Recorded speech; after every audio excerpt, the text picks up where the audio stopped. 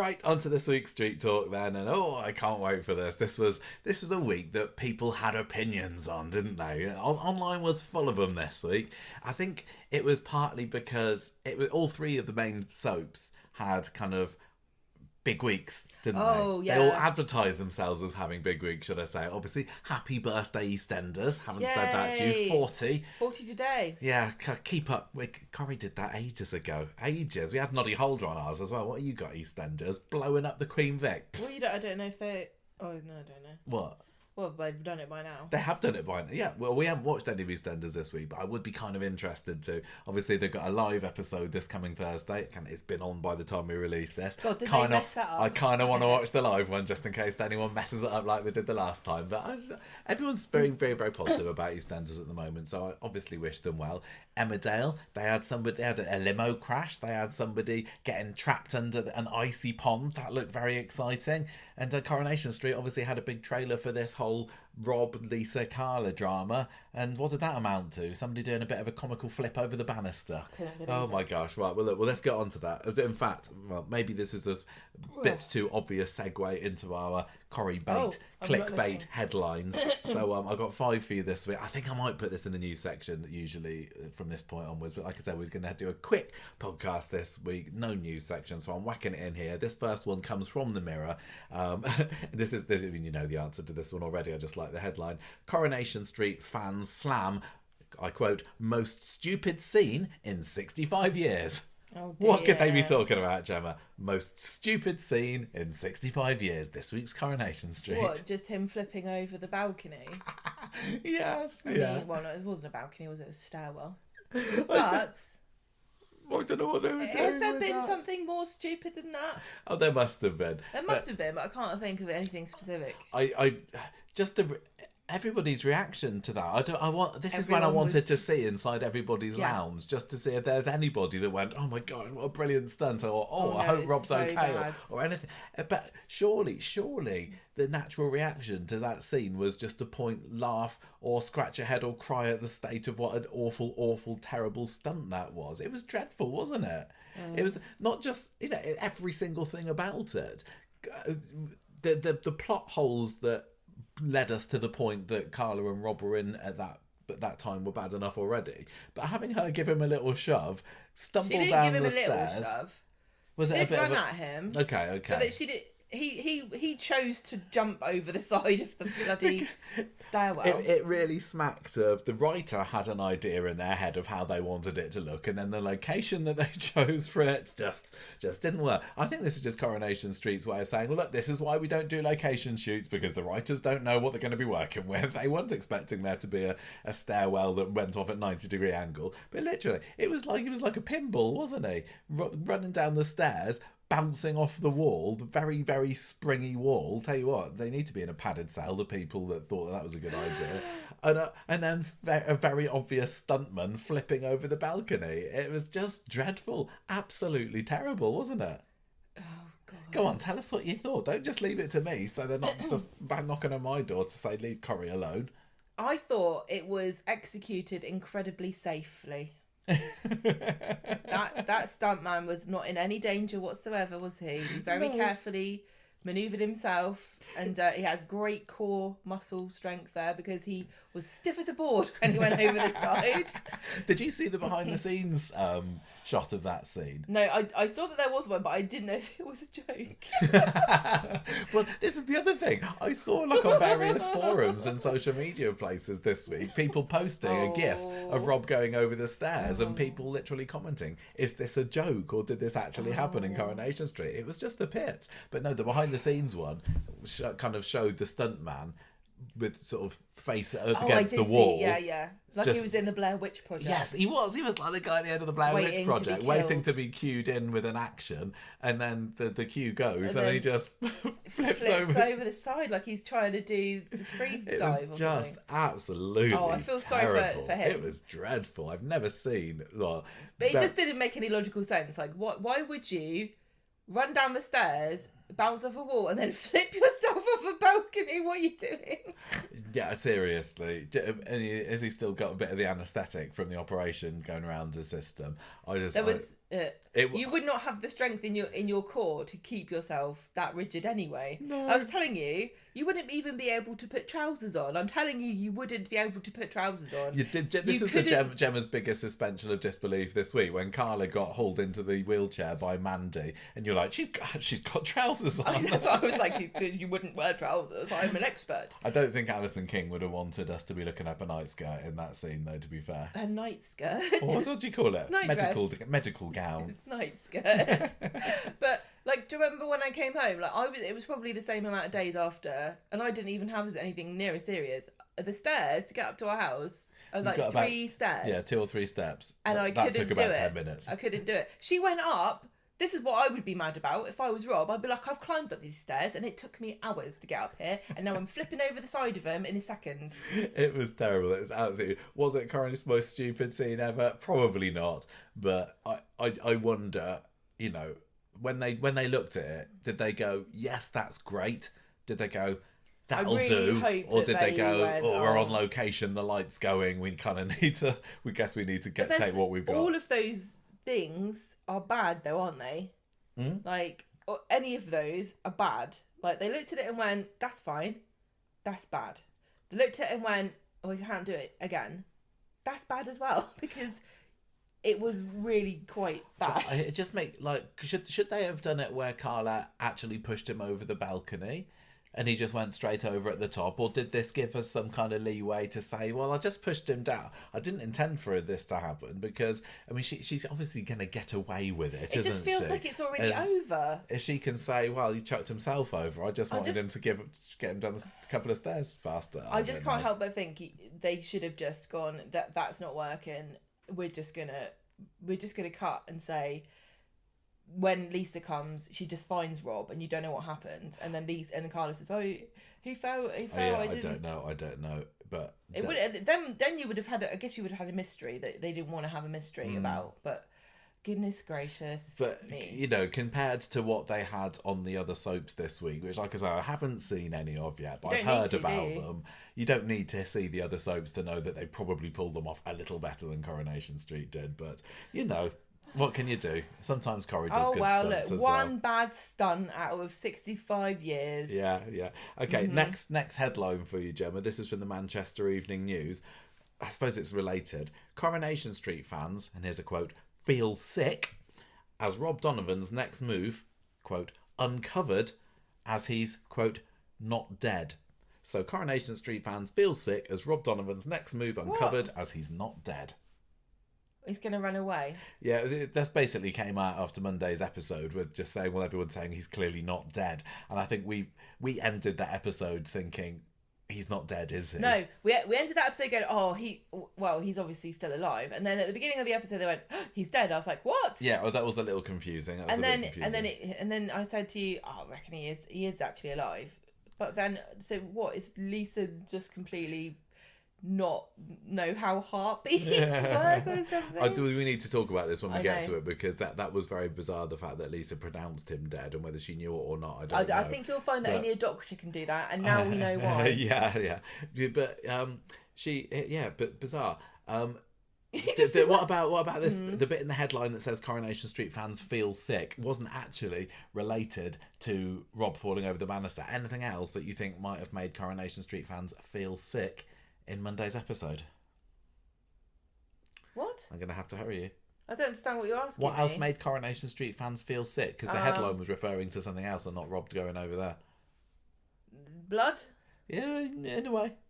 People's kidneys coming out? No, it was Rob beating up Lisa. Oh yeah, he did, didn't he? He gave her a bit of a bludgeoning in the car, and that made one Twitter fan feel sick, so that became a headline. It was pretty bad, actually. Yeah, it was, but we know that she'd be all right. That's the problem. I kind of went into this week thinking... That was really vicious. I went into this week thinking, well, maybe Rob's not going to come out alive.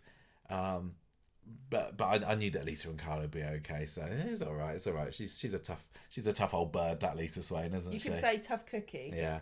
Right. Next up for the Metro, Gemma, Coronation Street character reveals she's pregnant, and it's a scandal. Coronation Street star. Character.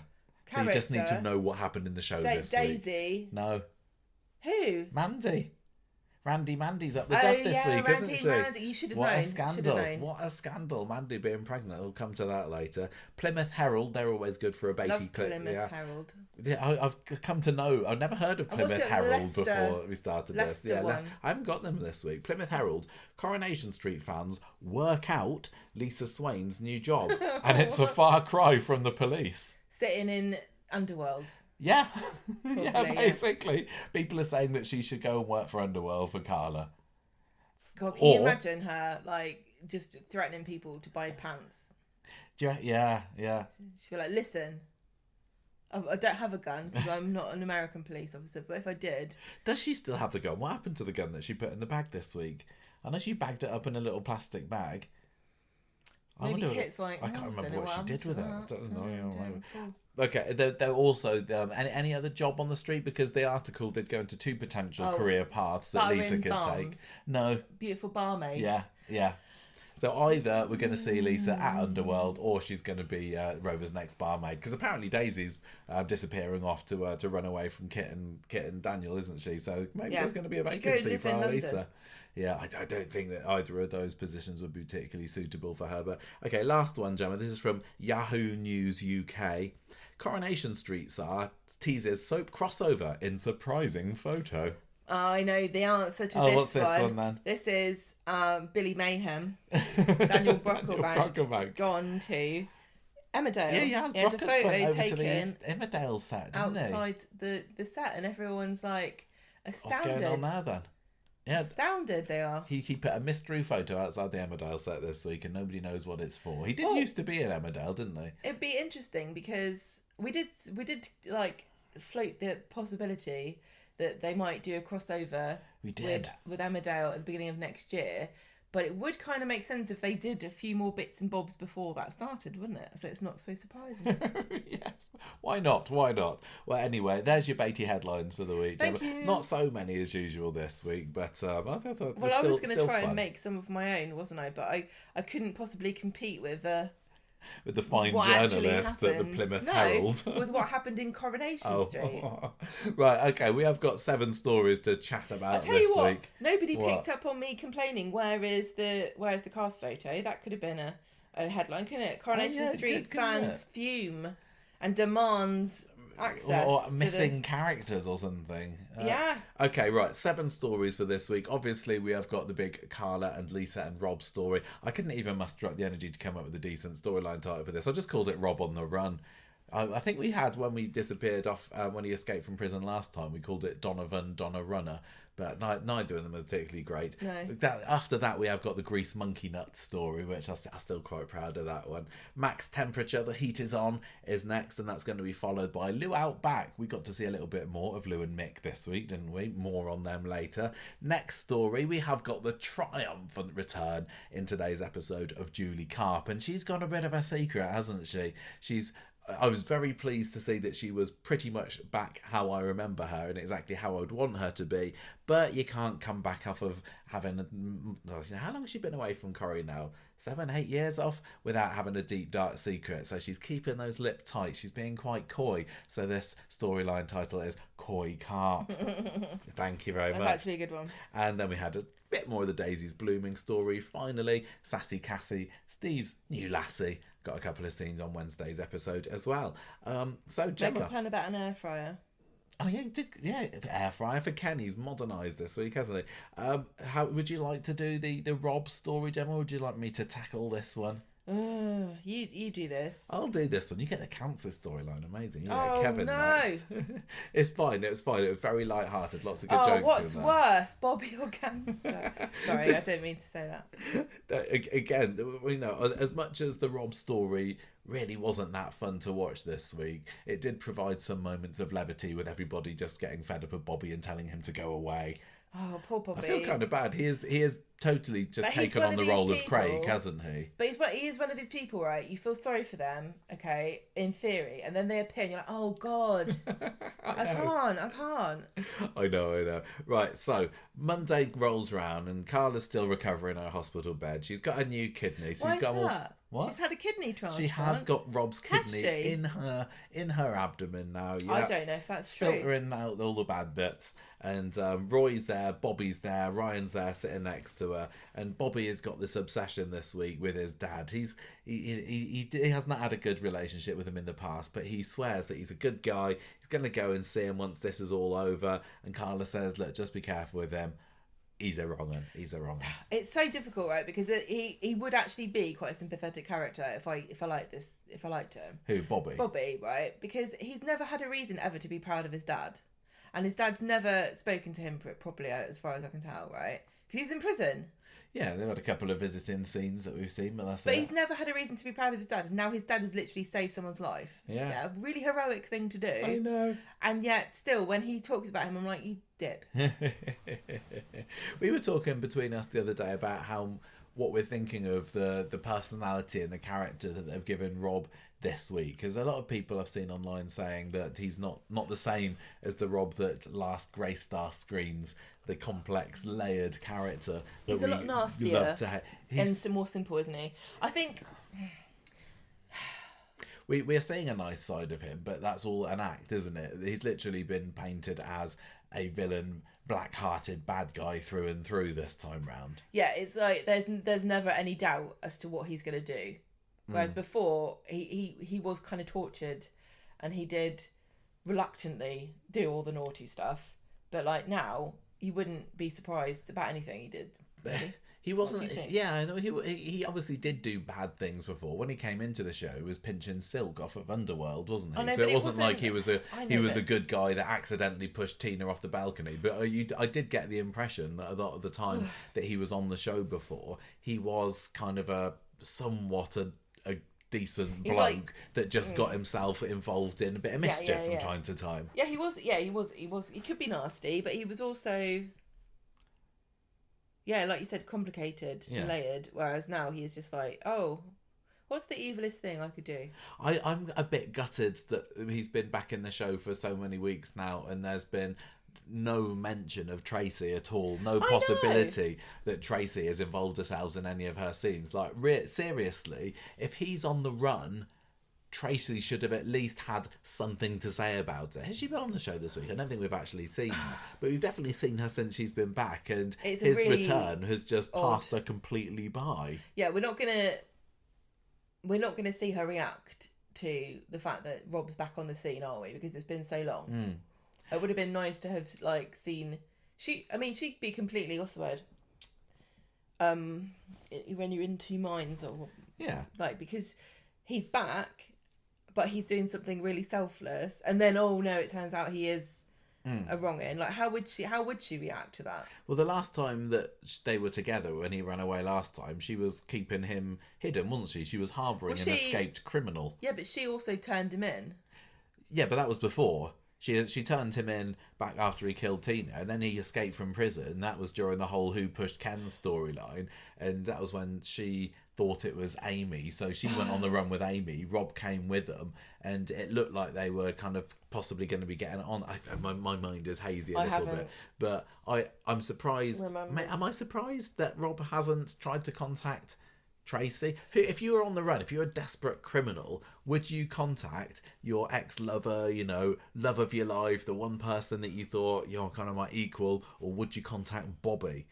And has he just kind of got the measure of Bobby and realised that he's a little bit simple and yeah, exactly, a gullible fool, and that's why he's going for him? But seriously, I think there's huge missed potential in that. Tracy's not showed hide nor hair of this story yet. I think you'll find that Tracy has blocked Rob on Send PX, so he can't ask her for money. Do you reckon? Is that what it is? I hope that by the time his number is up, and I'm going to say things aren't looking good for our Rob. I was expecting this runaway saga to be over by the end of this week, actually, and you said no. I think it's going to keep on going, didn't you? They do this all the time with villains on Corrie. This almost always happens with a villain. What? They get up to something, they do something really, really terrible, then it looks like they've died or something, and then they're not dead, they run away. Yeah, they come back in a few weeks. I was expecting some kind of confrontation. I thought that maybe in today's episode Bobby would go and see Rob, but then Carla would maybe sneak after him, and then they'd get caught up in another confrontation or something. But it was nothing. We barely got any of it today, did we? So I guess that's still to come.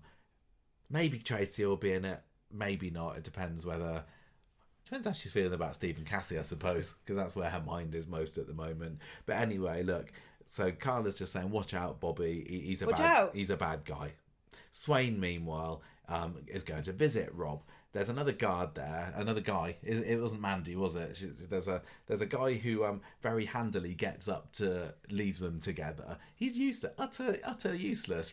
He wasn't just kind of waiting outside the room for Lisa to go, because when Lisa finally does leave the room, Rob's just in there on his own, happily chilling. The guy's like, look, I'm not your mum. He's probably, I think he's got himself trapped in the loo or something. I don't know. He's like, look, I want you to know, I'm not like a normal security guard. I'm like a cool one, okay?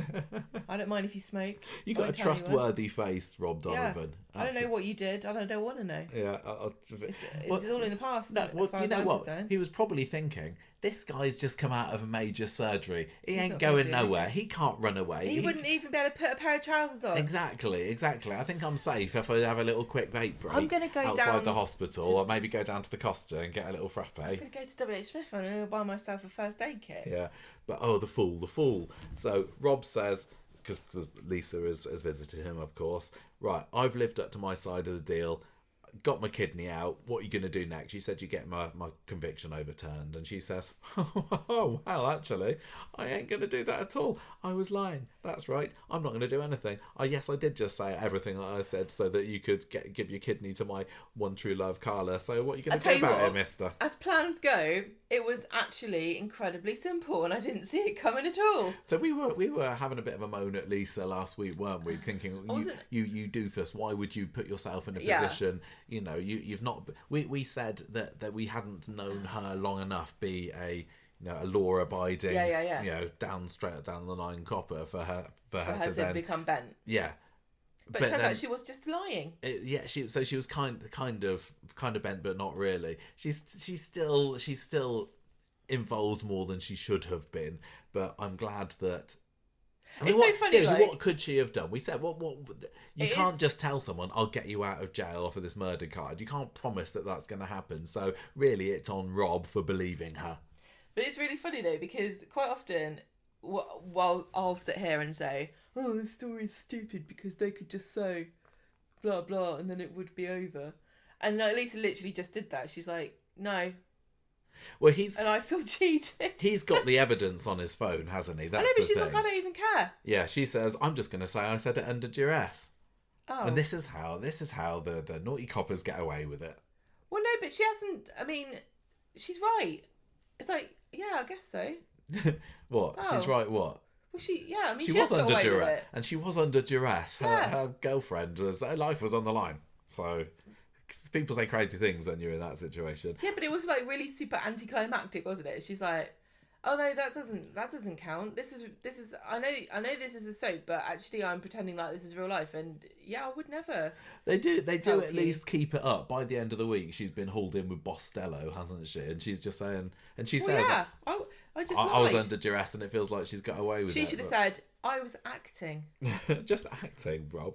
Look, Rob says, "You're going to regret this." She leaves the room. He rings up Mandy. Ow, my kidney. One of the criticisms, one of the many criticisms I've seen levied towards Coronation Street this week was the fact that he was there, a prisoner in a hospital bed, just with his phone on charge next to the bed. He did hide it under his pillow. It still had a lead coming out of it. I know, but he's charging it up, and the security guard's like, "What's that?" He's like, "Oh, it's my kidney cable. It's my dialysis machine." It's like, okay, well, I'm not a doctor. Honestly. And then beep beep. What is that? What that sounds like a text message noise. No, I just like to make that beep beep. That was just me. He calls up Mandy and says, "Look, I've been double crossed by Lisa. I'm absolutely fuming, but I tell you what, there's no way I'm going back inside. So we got to move fast because they're going to be hauling me back into Highfield today." Yeah. So Mandy later is in Carla's room waking her up. She kind of gives her a bit of a shake. Carla's groggy, and she's like, Carla, Rob's got an infection. We need to go and see him now. What? Ironic. What's ironic? Because she ends up with an infection. Oh, yes. She How did. ironic. So she kind of hauls Carla out of bed, who's just kind of groggy and woozy. I didn't know what's going on with her. She sits her down in a wheelchair, and then, for the drama, puts a gun to her head. Just brings a gun out. It's like, calm down, love. Women, always go to the extreme. Oh, what? Are you on your period? No, she's not, because she's pregnant. No, that's true. She's like, how did you know? It doesn't even have that excuse. Well, you know what I mean? It's like, come on, look, I'm not going anywhere, am I? Just push me in the wheelchair. Yeah, I don't know. Put it away. I don't know where she got this gun from. What do you think this is? Miami Vice? Where did she acquire that gun? Yeah, do you think they don't have them in prisons, do they? We just imagine in a prison, like, get behind the I don't know, the bars, otherwise I'll shoot you. What have you got a gun for? It was just too much. Calm down. This week's we Corrie laughed was, when she got the gun out. We laughed because everything that happened this week. Dramatic. Everything that happened this week that was supposed to be a big jaw-dropping, oh my gosh, crime, gangs, grit, just made us laugh because we've been so desensitized to this. I know, because you remember... Yeah, go on, you were going to say what I was going to say. I remember we did a bonus episode on gun crime in Coronation Street 10 odd years or so ago, and we were able to, fill an hour and a half or however long it was with the amount of times that guns have been on Coronation Street, and it still felt like a rarity. Yes. But it's not like it's every 5 minutes that they've got to get guns out now, but it's completely lost all, because it feels like anyone could just have one. Yeah, anyone could have a gun. And it doesn't really matter where they got it from, just go with it. No one's going to get shot. No. And... Well, sometimes people get shot. Well, not that often. Yeah. And again, at no point this week did I feel that Carla's life was in danger. She was 100% walking out of this. I mean, I suppose the presence of the gun did make me think, oh, is somebody else going to get shot? Is Mandy going to get shot? Is Rob going to get shot? But then I don't know whether I really care. But yeah, it sadly it didn't work for me. Okay, well, but Carla's still pretty. Carla was like, she's scared. It's worrying, isn't it? Yeah. She probably wet herself and was like, oh, your kidney's working fine. Oh, fantastic! Look at that, crystal clear. Lovely. Thanks, Rob. Perfect stuff. What were you going to say before my crass interjection? Disgusting. This is a stupid question, but I have forgotten. Why did they have to get Carla?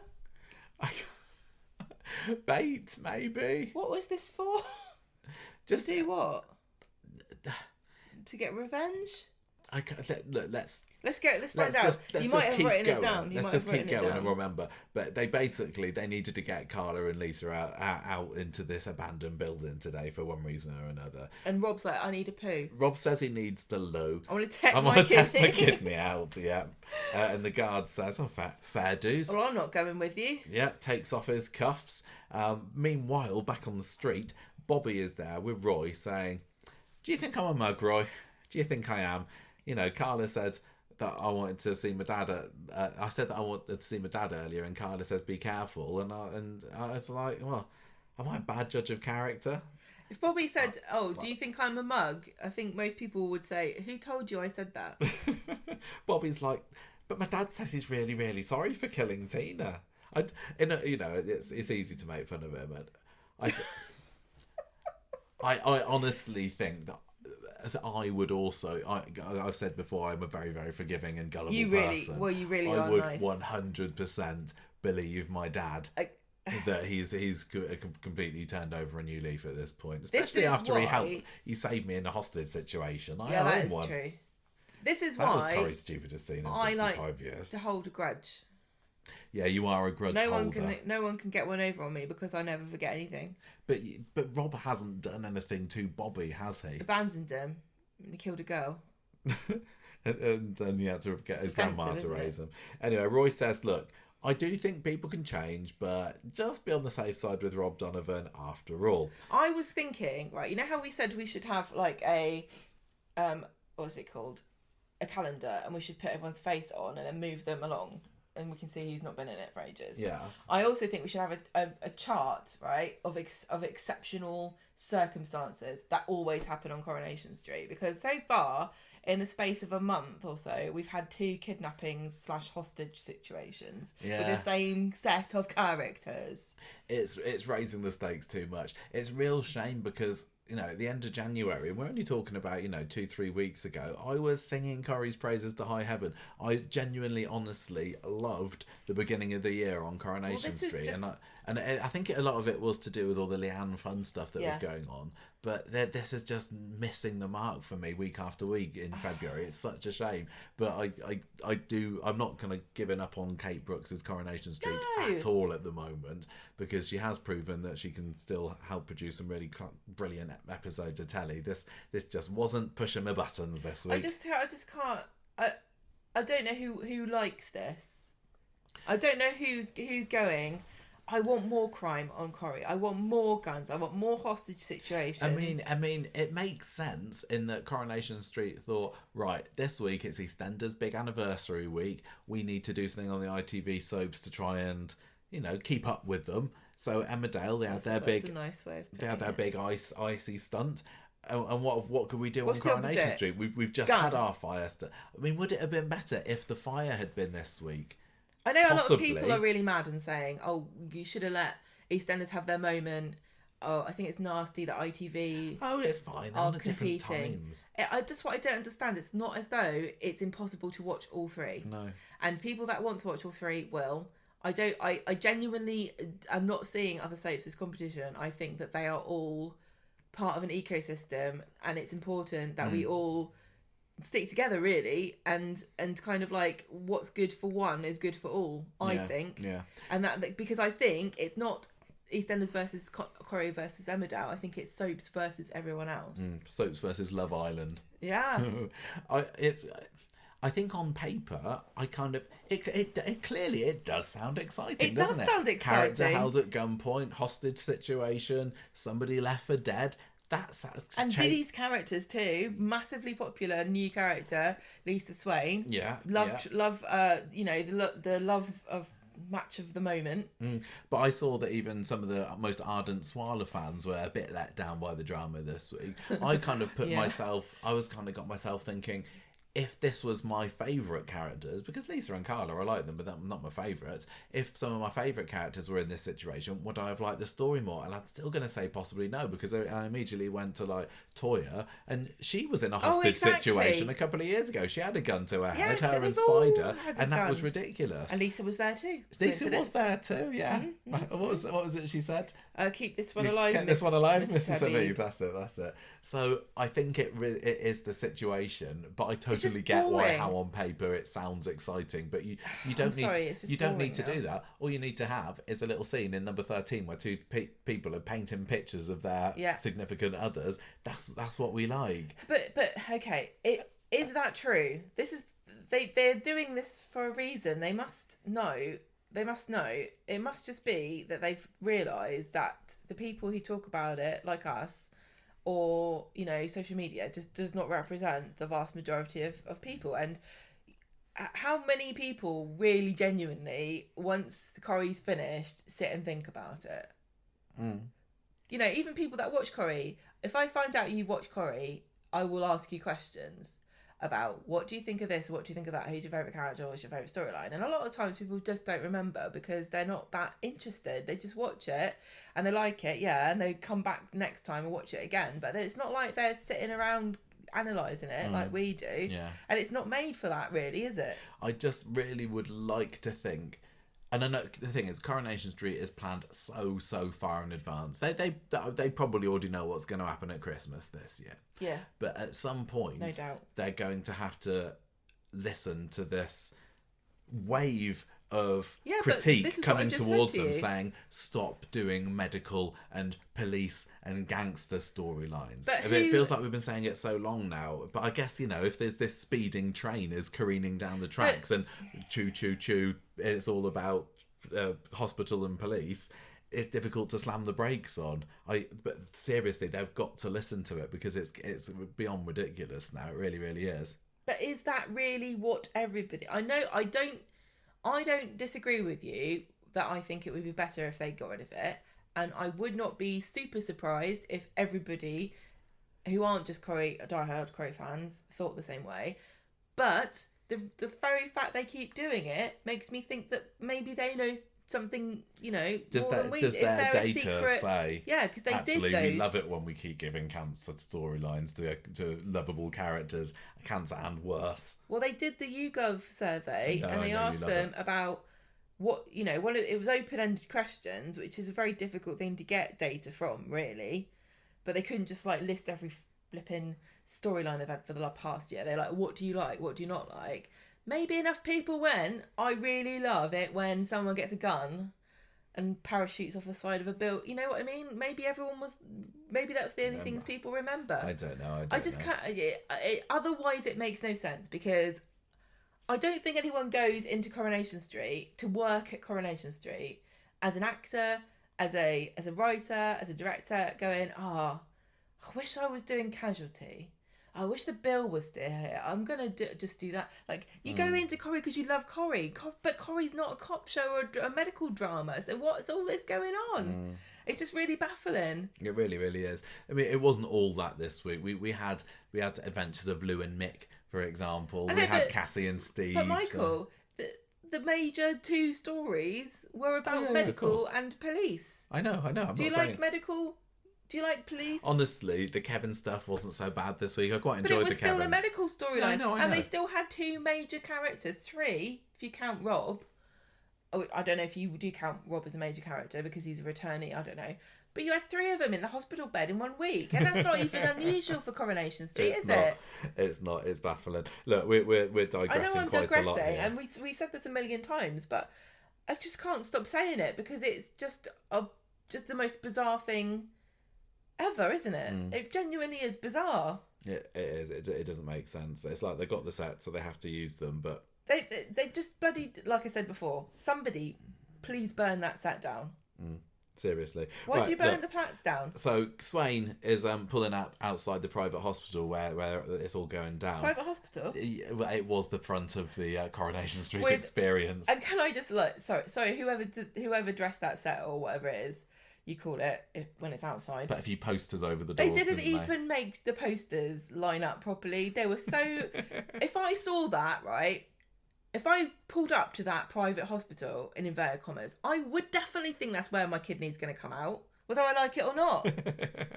Well, it was. Do you not think it looked janky as hell? It did look a bit janky, yeah. It was also the same place. I'm surprised Rob didn't wake up in a bathtub. It was also the same place they used when Alina went to a different hotel that wasn't Chariot Square last year, wasn't it? Do you remember? She got picked up outside there. So, yeah. And it's, well, there we go. Just ruining it for people there. So we get on to positive stuff in a minute. I'm so sorry. I don't want to be a downer. I don't want to be too much of a downer. Well, but the thing is, it's okay if you're funny with it, but I don't even think I'm being funny. I'm just mad. I'm going to say I much preferred Wednesday's episode. I gave Monday and Tuesday both bobbins on our shorts, and I was ready for Wednesdays to just be as dire. But actually, I genuinely liked Wednesday, so I'm looking forward to getting onto that. But anyway, look, Swain's pulling up. She's there sitting in the front of her car, but then what do you know? Rob springs into the back seat behind her, showing her the picture of Carla. So hang on. Oh yeah, I missed a bit. Missed a bit, didn't I? I missed out loads. So this is what happens. So hang on, right? So we've just last we saw was Bobby talking to Roy and asking him if he's Bobby's a mug. put us off. So rewind a little bit. What's happened to this poor guard that was uncuffing Rob? Just also add the brazenness of Rob, who clearly has no F's to give at this point, right? Because there is a window in the door of this hospital room. Whoever's walking past, right? The guard's laid on the bed with blood all over his face. The doctor walks past, go, well, it is a hospital. Of course there's blood. Yeah, it looks like Rob and the guard have had a bit of a Scooby-Doo situation here, and he's pulled him into the side room. Smoke clouds and stuff coming out, and then Rob walks out wearing the guard's uniform, which is a very handy fit. I thought and it's the guard's more like left bloodied in his vest and underpants. Roadrunner versus the Coyote, and he just dropped a bloody anvil on his head by the looks of it. He certainly inflicted a lot more damage than I'm going to say most people who've just come out of major surgery would be able to deal out. But Rob's a tough guy. He's been learning things in that prison. Well, he's taking his chance, hasn't he? Yeah. It's his moment to shine. Maybe the inside of his Bible is hollowed out and is actually a copy of how to duff up your prison guard when you just come out from anaesthetic. No, it's hollowed out and inside is a brick. Clearly, I don't know. So anyway, So he beats Rob's the crap out of this on the guy. run, and yeah, like I said, he hops into the car with Lisa later. Meanwhile, though, you got Mandy and Carla in an abandoned, what was it, office It looks building? like an office building. I don't know where this was. I'm gonna say it was somewhere in Trafford. I want to find it. This could be our next location to visit. How what? Right, so he hobbles out the room. Yes. And then I'm just trying to work out how did Rob get in the car? He gets all the way through the hospital, which, because it's private, it means that they haven't got CCTV or something. Yeah, look, we take privacy Privacy seriously. very seriously. People could be walking around with backless gowns here. We don't want your bum on film. So no CCTV Not whatsoever. like the NHS. They how they make their money, don't you? Yeah, no. Mandy and Carla are in this building. I like that. There's a location shoot. They're upstairs somewhere. It's like it's been left abandoned. There's holes in the wall and boxes and desks and stuff all over the place. And Carla's like, I need my kidney medicine.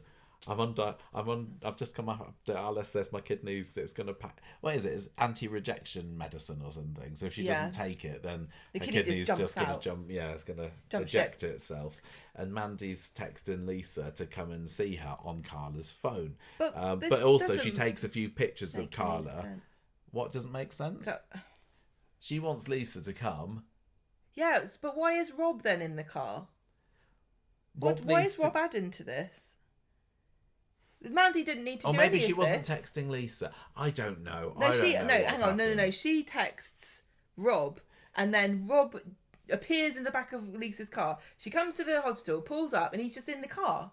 And then he goes, "Here's a photo of Carla. Look, she's looks ill." in a bad way, isn't she? Yeah. And she's like, oh. And he tries to get her to transfer him some money, and demands she gets her phone out. Right. So this is why they kidnapped her. To get Carla to get Lisa to give them money. Or maybe Mandy was texting Lisa and she was on her way. No, she went to the hospital to visit Carla. Oh, I don't know. No, we're making this far more complicated than it actually needs to be. But it wasn't complicated at all. They kidnapped Carla to make Lisa give them money, right? But they could have just robbed anybody. If you're going to commit a crime, it doesn't matter who you commit the crime on, does it? He's running around with a security guard outfit on, right? She's got a gun. Just pull over a car and go, give me all your money. That's a simple way of doing it. It's the good old-fashioned way of doing it. You just rob somebody. Just go up to a cash machine and go, well, that's a nice £50 note you've got there. I'd quite like it, please. And I'd like some more, if you don't mind. I mean, why do they go to all this trouble of, like, kidnapping Carla for? Just to get the money? Gemma, for the drama. Is that, but am I missing something else? I don't know. Give me the money. And she's like, he wants £5,000. And she's like, I don't have £5,000. You know how much a kidney costs? And look, she says, you got to take me to where Carla is. So he relents and she drives off following his directions. After the break, and Carla's still in a pretty bad way at the top of this office building. We sound so dumb. Mandy says, I know, I hate it when I don't know what's... 2 days have passed since we've watched this. It's gone out my head. Mandy says, look, soon as Rob gets here and me and him can run off together, I'll contact an ambulance for you, all right? We're just using you as a bit of bait. And Carla's like, why are you doing this? Rob's coming here. What? He's just come out of surgery as well. What the hell? Are you one of these deluded, sad women who write letters to serial killers in prison? Did she call her a sad cow? Something like that, yeah. And do you know what she did to Tina? She pushed her over some railings and then bashed her on the head because it didn't finish her off. And Mandy's like, no, he's changed. She is utterly deluded, this woman, isn't she? Well, it's interesting. Or does she just like to live dangerously? Does she like a bad boy, but to the extreme? It's interesting that he didn't lie or something to Mandy, because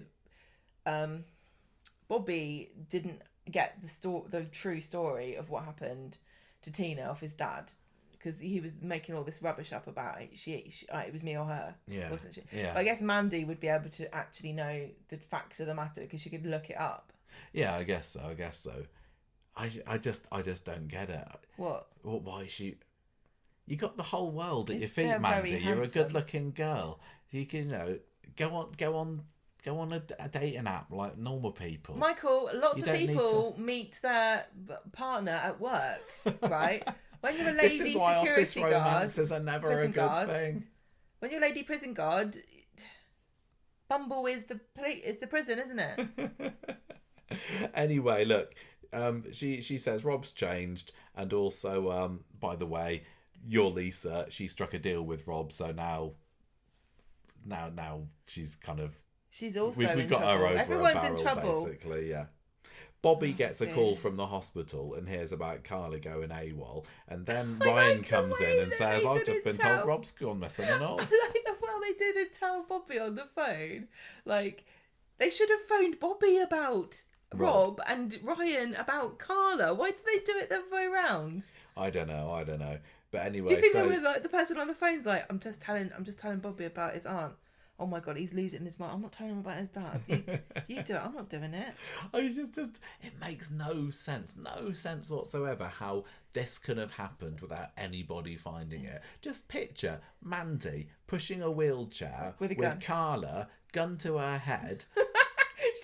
She's going, look, I know it looks like a gun, but she's scared of injections. This is the new way we do it now. We hold a gun to your head, and it's the fear. You can't feel the pain of the needle going in. I mean, clearly It does work. Clearly, we're not supposed to believe that the gun was out when she was trundling through reception. But also, Carla's like, I'm surely just chill it with this. for the amount of money you have to pay these private hospitals, a few eyebrows should have been raised. Well, and also Carla was like, well, Mandy doesn't have the gun on me right now. I would just be like, help. Wouldn't you? Yes. What's Mandy gonna do then? Shoot everybody in the hospital? How many bullets has she got in that gun? It's just kind of silly, isn't it? It's so silly. It doesn't stand up to any kind of scrutiny. Why didn't she this just escape. knock Carla out? The gun didn't need to be there. I honestly think Maybe she did. she didn't know. Well, we don't know if she did. But do you know what I mean? I genuinely do think that they jump to the most extreme all the time, and it is detrimental to the future of making you actually worried if there's a gun. You know? Like, you should be able to tell a story without jumping to the extreme. And I know that's always Ian McLeod's thing, isn't it? Like, how can you up the ante? How can you make this more dramatic? What could you add? Yeah. Could you punch a shark in the nose in this scene? Why not? If not, why not? Can we have this at an aquarium? Could this be at an abandoned aquarium? Well, you don't ask me that would work, because I am not, nor have I ever been, a marine biologist. But I don't think that's going to stop Ian McLeod if he gets an idea in his head. But how cool would that have been, right? Imagine instead of having a boring stairwell that Rob catapults into, imagine if he fell into a tank of sharks. It was about as believable compared to what actually happened. Look, and it would have made more sense because it's easy to fall into a tank, isn't it? yeah, you wouldn't need to rebound off of anything. She could have just pushed plop him into right it, in. and he's like, "Not the sharks." What did you make of the location here that they chose for the showdown? Did you appreciate that it was an actual off-site There were quite visit? a few new kind of sets and things because we had the therapist room, Yes. and that was new. I don't know where that was. Yeah, I liked it, but it did feel like a waste of time. I liked that they were able to, it had a car park outside it, and there was some nice dusky and sunsetty kind of shots that they used. But it always does it does annoy me when they will have a location, and you're like, oh, and it's not a good story, and it kind of is silly, and you think, oh, you could have just saved your money and not done any of it. Oh, we also had the outside, didn't we, of the shops where they looked for Rob. Yeah, Ryan was sitting on a bench. They had loads of locations actually this week. I know they did. What a waste of time. How many of them will get a Get Away Award nomination at the end of the year? So it is getting. How many of them are getting Bob? It is getting dusky later, and Carla's still trying to convince Mandy to give this all up, take her back to hospital, and then she's kind of starts to plant some seeds of doubt in Mandy's mind that Rob's even going to turn up. He's probably halfway up the motorway by now, he says, and then we get Mandy firing back and saying, no, he is. He's coming this way. He loves me, and we're going to have a baby together. I don't think it's how it comes out exactly that way, but basically, I've got another Bobby in my belly, and everything's grand. Congratulations. How did that work? Well, no, come on. Where do babies come from, Gemma? Well, where do prison babies come from? When a prison guard and a prisoner love each other very much, plants a special seed. Yeah, it was weird because You know the prison doors close, right? Yeah, I've seen it. That's how it happened. That's how you end an episode, doesn't it? Closing a prison Yeah, door and then and you shutting look up through the the little window. grill. But I didn't get the impression that this romance had been particularly long term. Well, we were talking about this, and you know, she didn't give away anything at the hostage situation. She didn't appear and to. I said to you... The first hostage situation. Yeah, exactly. I wonder if she was in on it, but she can't have been because they would have had her do a look. Why didn't they have her do a look? Because she can't be pregnant. She can't know she's pregnant if that's the first time she decided she quite fancied him, because it's only 3 or 4 weeks. Yeah. I don't know. But anyway, she's going to have a baby. We don't get... Oh, good. It's not long before Mandy disappears, is it? And I saw some person online today suggesting that at some point in the future, Mandy's baby is going to appear on Lisa and Carla's doorstep, and they'll be able to raise this kid together. Kill Bill 3. Yeah. So it'll be they'll be raising Bob's. Robbie's. No, Rob, I've forgotten his name. There's got too many characters that sound the same name. They'll be raising Rob's child together because he'll possibly be dead. Evil. Perfect family. See if it happens. I think that theory could come true. Lisa arrives at the place. This is where she gets beaten up by Rob because she's trying to do a sneaky phone call to Kit. And he sees it, he spots her in the mirror and starts smacking her about. Really, this was really quite sick. It was sickening. It was like probably the most violent thing Corrie's done for a long time. And see how well they did that and how dramatic and violent and scary and evil it made Rob look. And did you see, you saw him get hit a bit, quite a lot, but then he hit her when she was down. Didn't need a gun for that, did he? He didn't need a gun in any of this. No, he just uses fists, like with the prison guard in the hospital. Although the security guard or whatever. He's really well out, isn't he? He's proper well out. Imagine if Rob he didn't Donovan. had his kidney out. I know. He probably would have put his fist right through her face. Yeah, exactly. I'm surprised that, when she was able to come to a little bit later, she looked kind of okay. Maybe it was... There was a bit of blood from the temple. Maybe it was more like flamboyant than it was painful. Yeah. Just a little show. Like Gladiators. It's just for show. It's just a disabling grip, wasn't it? Just to maybe he did Vulcan death grip. Yeah. Right, Mandy runs up to Rob as he makes his way up the stairs, and Rob says, "Look, Swain's having a bit of quiet time back in the car. Don't worry about her." He stomps her phone to bits first. Oh yeah, he does, doesn't he? And then he hobbles towards the building. Like, oh yeah, I forgot. I got my kidney out. The pain of it. The pain. I'm being a brave boy. Paracetamol. He's up there with Carla, emptying her handbag all over the place, taking her card out, demanding the PIN number, which is their mum's birthday. PIN. Carla gives it, and I was just literally about to say, hats off to Coronation Street for nobody saying ATM machine or PIN number, and you just said it. Well, it doesn't matter, it's common parlance. Carla says, "Look, what are you going to do, you and Mandy? Do you really think you're going to get away with this? Do you think you're not going to get caught? Where are you going to stay? What about the baby?" And it's like, Rob clearly doesn't know about this latest development. And Mandy says, "It's true, you're going to be a daddy, I'm pregnant." Rob is not ready for this yet. Do you think that he has actually any genuine affection for Mandy? He doesn't. Is he just stringing her along all this time?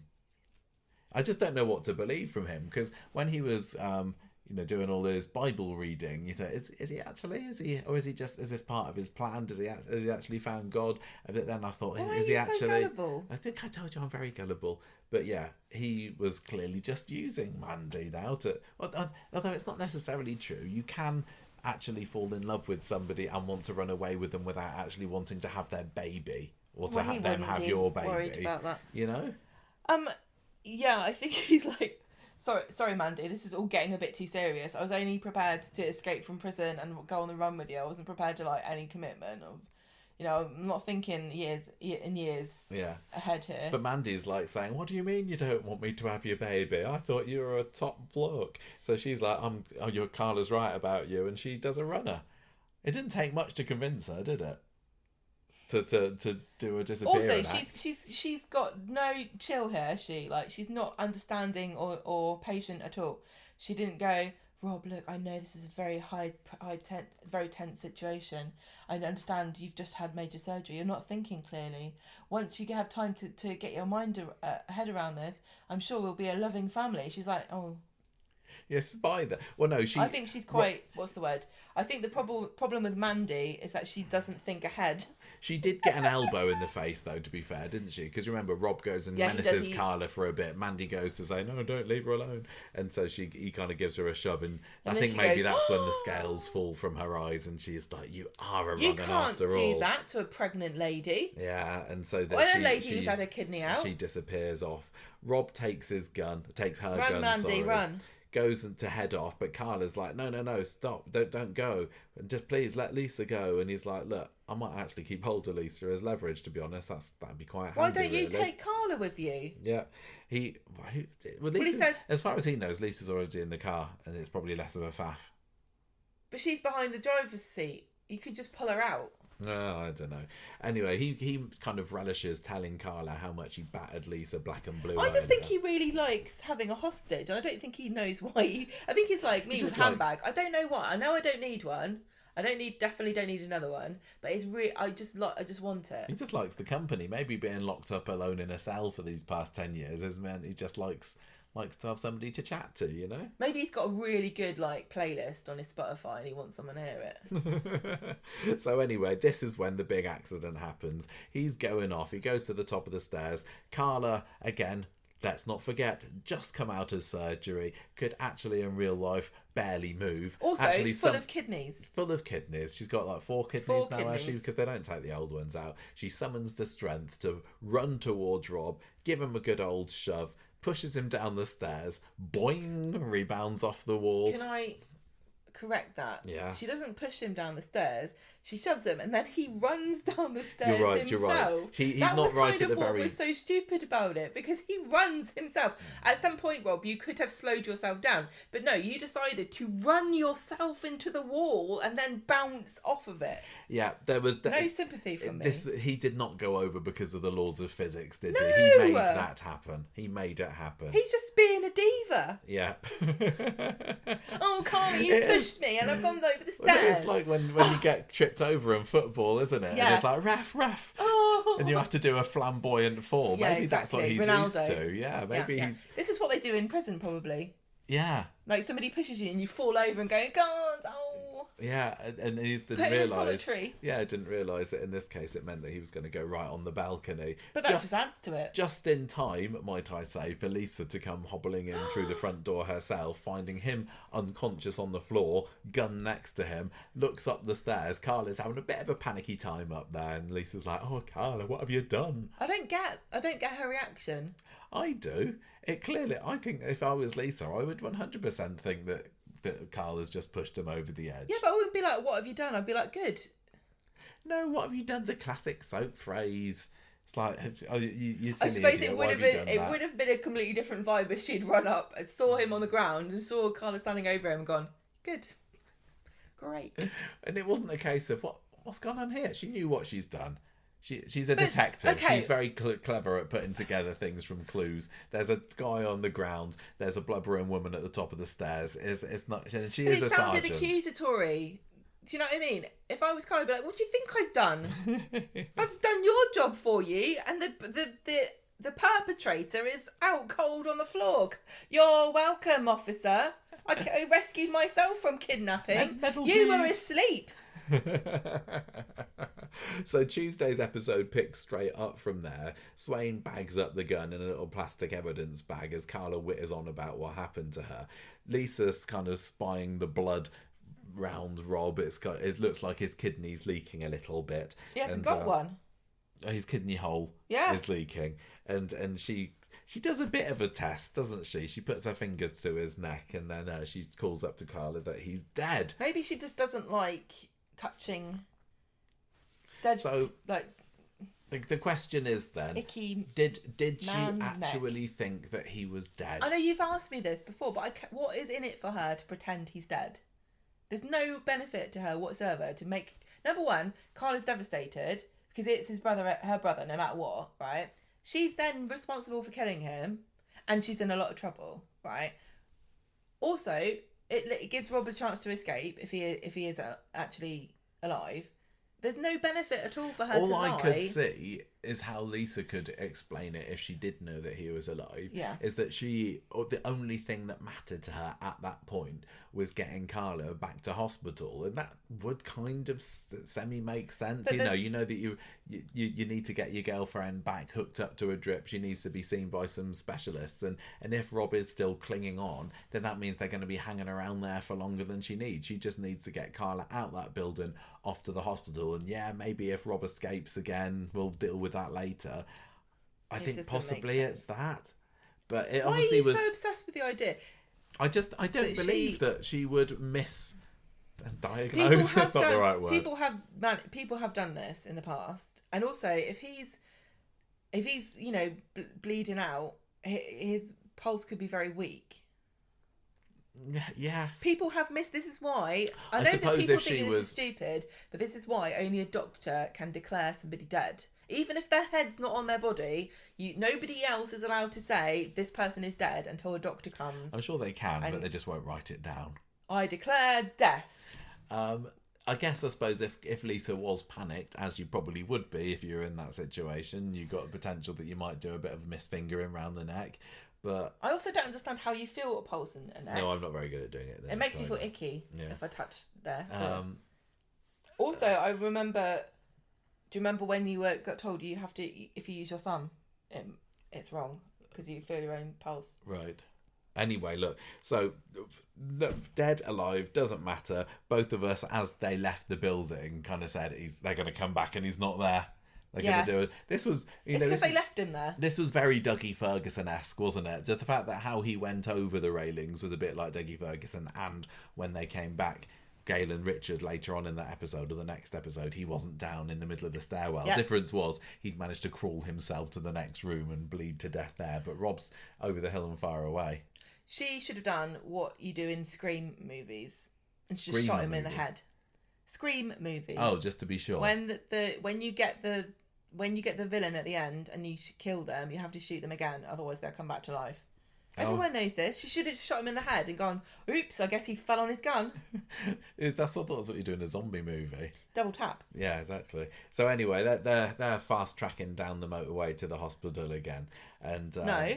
Oh, no, they're not. Oh, yeah, Kit turns up then at that point, doesn't he? This is the other thing that was odd with Lisa, because Lisa tells him, oh, Rob's in there, he's dead, and Kit's like, oh, let me go and check. She's like, no, don't check. And that's why you thought it was... This was the extra thing that made me think that she was covering it up, because the way she was saying to Kit, no, don't go in there, it felt guilty as sin, and he falls for it, because she's saying, I just got to get Carla to hospital, just got to get her there. But the reading that I gave of that scene when I was watching it was she doesn't want him to go in there and find out that he's not really dead. But what has the benefit of her letting Rob get away? You don't know, do you? There's no motive. There's literally no reason. Unless she's fallen in love with him as well. And she's also having his baby. Could be. Everybody's getting knocked up by Rob. I don't know because she has been colluding with him a little bit, but not she didn't. She lied. Such an extreme. If she wanted to be in cahoots with him, she wouldn't have betrayed him as soon as he gave Carla the kidney. But is it just there to set up the end of the week drama where Bostello's got her over a barrel saying, well, this is all looking very suspicious, and what can Lisa say? Yeah, it was a little bit, wasn't it? But it was in the script, so I had to go with it. I don't know. It doesn't make any sense that she let Rob get away, because he tried to kill Carla and she only cares about Carla. Everything she's done for Carla, and she's happy with those decisions and she stands by every choice that she's made. But letting Rob get away benefits her or Carla in no way at all. Yeah. So Rob does indeed wake up later on that episode. He does a classic eyes open, loud gasp. It was a bit of a Doctor Who regeneration moment, wasn't it? Also, you forgot to say that Lisa tells Carla, don't talk to the police. Oh, yes, exactly. So, and then Carla says, okay, and she says, up. What did I just say? I count to. Kit and Lisa are back at the hospital later. Carla's been taken into somewhere or other to be checked over, and Lisa accidentally lets it slip that Carla had just seen her brother die. And Rob Kit's like, hang on, what do you mean? Are you saying that Carla? So it felt like Carla was almost being dropped in. Honestly, Lisa was like, she missed the pulse. Then she blurts out that Carla saw him die after telling Carla not to say anything to the police. Nobody's perfect. Anyway, she's under a lot of stress. Before she can say too much more about that, fortunately for her, Betsy, Roy, Ryan and Bobby show up and they want to know everything that's happened. So kind of all bits of it get passed on to them there. Bit later, a doctor comes around and tells everybody that Carla's got an infection, but she's on antibiotics, so it's all going to be fine. Hopefully, could mean that the kidneys fails and I want my money back then. God, but I hope that this kidney doesn't fail. I'm not in the mood for this stringing out any longer. Really not. Although if Rob does end up dead, another kidney going there, possibly. Does it matter which one you go for? Like if you want to have your left kidney replaced, do you have to get somebody, or can you just like turn it around, turn it upside down and then connect it that way? I don't know. Really don't know.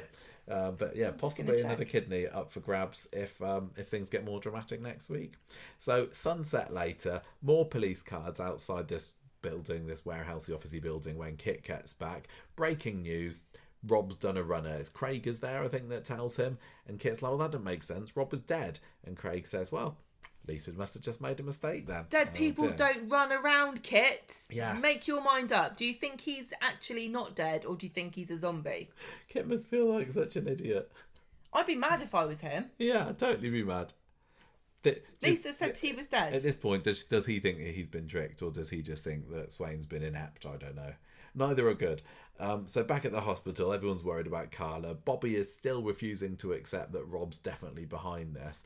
And Ryan is clearly on Team Carla. So we get a little bit of a dynamic between Ryan and Bobby, don't we? Going head to head and clashing this week. And Ryan saying, don't be such an idiot. You can see what your dad's like. But Bobby's still clinging on. He's still being loyal to his old daddy.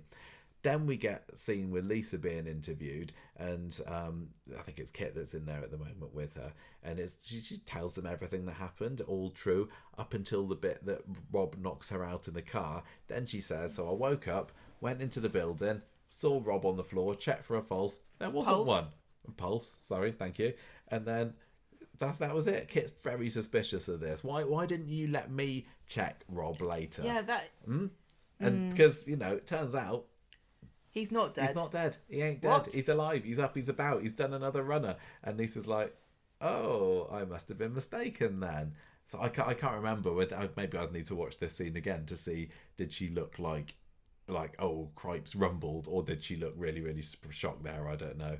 And Lisa's like, are you implying that I was in on this? She's fuming. How dare you suggest that I would help Rob escape? It's not looking good though, Lisa, is it? It's not looking good. News just in. You can put a kidney whatever side you want. Have you found out, have you? Yeah. Oh, handy. So why don't you, just for, when it's coming up to spring, you want to change, start your life, wardrobe, new job maybe, swap your kidneys round. It doesn't matter which side they go. Yeah. It's like when how you're supposed to turn your upholstery upside down. No, not your upholstery. Not just the upholstery. Turn your curtains upside down. You're supposed to switch around your sofa cushions. Have you done that recently? That's it. Give them a good battering. And your mattress. Have you done that? No. And also pants daily change. What? Change those. Roy and Ryan are being told that things are looking good for Carla later. She's still pretty woozy. Ryan wants to know what happened. Carla says, yep, it was Rob. He was the one behind this. And they just agreed to give her a rest because that's enough exposition for now. Back at the station, Craig is telling Kit, we found a burner phone at the scene. Maybe it was Mandy's. It's forensics now. But there's very interestingly a voice note been found on there that you might want to listen to, Kit. Uh-huh. Hang on a minute, Craig. What are you going through someone's private phone for? It's his job, innit? I know, but who goes to the voice memos first? I would never even think of looking... On the scene, at the scene of a crime, at the scene of a crime, you're like, I know what I'm going to do. I'm going to look in the voice memo. You don't look in the text messages. You have to look up everything. They probably know what level he's on Candy Crush. It's like, I'm just sending him to Pikmin to do there's a giant mushroom here. Do you want to join me? He's only on level 10. It's pathetic. I see people probably got my Candy Crush reference, but I don't know whether they got yours. But I did. Thank you. So that's the main thing. One thing you didn't mention was that when Kit turns up and tells them that Rob was supposed to be there, and Craig says he's run away, then Kit says, well, where's Lisa's car? And then Craig goes, oh, he's in Lisa's car. Oh, yeah, that's right, he's probably not on foot. He's probably got in the car. Yeah. Unless there's 2 crimes that have happened Again, and someone else has stolen Lisa's car. Gemma, as somebody who, not 2 years ago, had a bit of surgery themselves, driving fine, the next easy, day. Perfect. Sitting down, bending at the waist, love it. Up and down all day long, like a jack in the box. That's what got him into Putting this problem with trousers Mandy. on, taking them off. Easy peasy. Carla wakes up again later and Lisa's there holding her hand. Lovely little moment. Lisa's like, I'm sorry. Yeah, I kind of made a deal with Rob. And Carla says, I know, it's fine. I understand. You did it for me because you love me. Oh. Lisa's like, look, Rob's not actually dead, actually. So that's good news, isn't it? He's on the run. He didn't deserve your pity, though, so don't even think about it. Carla's terrified by this. What if Rob comes back here? What if he returns to the scene of the crime? Likely, doesn't it? He might come after you. He might come after Betsy. And she's like, no. Lisa says, he's not a fool. He's not going to come back here. Half the coppers in Weatherfield are out after him at the moment. Honestly, I think this is the last that we've seen of him. Prophetic comment. Bobby and Ryan at the end of the episode are in the pub later. Ryan says, look, sorry for being snappy with you earlier about Rob. Let's be mates. He says, I can't blame you for trusting your dad. But he's a bad guy though, isn't he? And then we see Bobby get a text message, which he pretends is just a bit of spam. But no, it's Rob. He's by some containers somewhere. He's on the loose and he wants Bobby's help. Bobby, can you send me money? Because cash help. There's some Tupperware here. We want to buy it. It's the perfect size for sandwiches. Yes. And I'm going to be on the run. So you can probably, if you any other kidneys, you can probably put those in a bit of Tupperware, can't you? Yes. Keep the infections from getting in. Right. So, do you remember, like a year or so ago, when that prisoner escaped from prison and he hid under a lorry and went to London? Vaguely. And everybody lost their minds, and it was on the news, and his face was everywhere, and people were talking about it for days. Maybe. Do you remember that? Maybe. This guy, this would be the story of the moment. This would be the most exciting thing that not only has happened in Weatherfield, not only has happened in Greater Manchester, not only has happened in the north of the country. This would be all anyone would ever talk about. How did this man, right? So he's kidney. He's in cahoots with a prison guard. He kidnapped a woman out of a private hospital. He beat up a police officer. He's stolen a car and he's on the run. His face would be everywhere, but somehow he's managed to find himself a burner phone. Well, no. He got the burner phone before this all happened. The burner phone was just his prison phone, wasn't it? Well, how come he's not been texting Bobby with it then? Rude. Oh, I don't know. No, well, anyway, I want to say, despite all that, Tracy still has got no seemingly idea what's been going on. She's not bothered at all. This is the biggest surprise. This is completely unremarkable to her. So Wednesday rolls round, today's episode, and I was expecting this to be, the big finale of this, but you said no, they're going to string it out. You were right, because we get to see a few bits, but a lot of it's Ryan and Bobby, and should Bobby help his dad? Again, I can, being a very forgiving person myself, I can kind of understand why he's doing this, but I'm not surprised that Carla's fuming at him at the end. Ryan sees Bobby talking to his dad on the phone, saying, look, I'm going to get hold of some money from a bank today, and then I'll be with you at 3:00. He's shady when Ryan comes over to him and says, what's up, what you're up to? But Ryan's smart cookie, and he's like, I think I know what's happening here. So what? Ryan swipes an envelope of cash off of him at the factory later, saying, Bobby's just what you sitting do, there, staring at it with a bag. Like, number one, when was the last time you wanted money for any legitimate purpose and you put it in a brown envelope and stared at it? Never. Also, would you, if you're the police, right? Don't you find the nearest relatives and you keep an eye on them and you tap their phones? They're very busy, Gemma. They're very, very busy. Like, we're looking for Rob. We can't look at Bobby at the same time. It was a bit silly how Bobby did keep taking the money out and looking at it, just He as a did way it. of reminding the viewers, yes, he has got money for his dad. But it was Also, handy for Ryan. Love snatch. what a cheeky little gitty was that Ryan's like, where are you going? It's time for work. He's like, I'm going to town. And Yeah. Ryan's like, all right, well, I guess Carla's in the hospital. What's she Flexible going to do working about it? hours at the factory. There, Yeah, exactly. when the boss is away. So at the station, Swain's being told that these messages have been found on Mandy's phone about the escape plot, and there's this recording from her saying she'll help agree to get Rob out of prison if he gives Carla a kidney. Bostello wants to see her, and Swain says just to Kit, I was under duress. There's literally she's learnt a line, hasn't she? Under duress. Well, this is what he says to her later, isn't he? He's like, this is literally what it says in the manual. Yeah. You're just parroting it out to me. So if anybody listening ever finds themselves on the wrong side of the law, I was under duress. Gets you off of anything, yeah.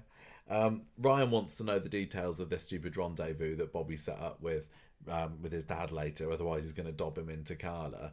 And then Swain has her interview with Bostello. God, this went on forever, this story, didn't it? But I suppose we have been moaning for quite a lot of it. Swain's been interviewed by Bostello, and he's very sceptical of this story and about how tight-knit it sounds. Well, and like, are you sure you're not in cahoots with this prisoner and Mandy? And she's like, no, Gov, I was under duress.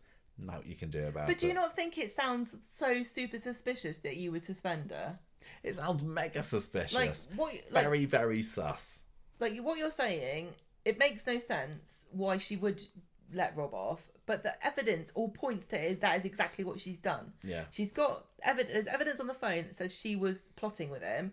She says, oh, that was just a joke, right?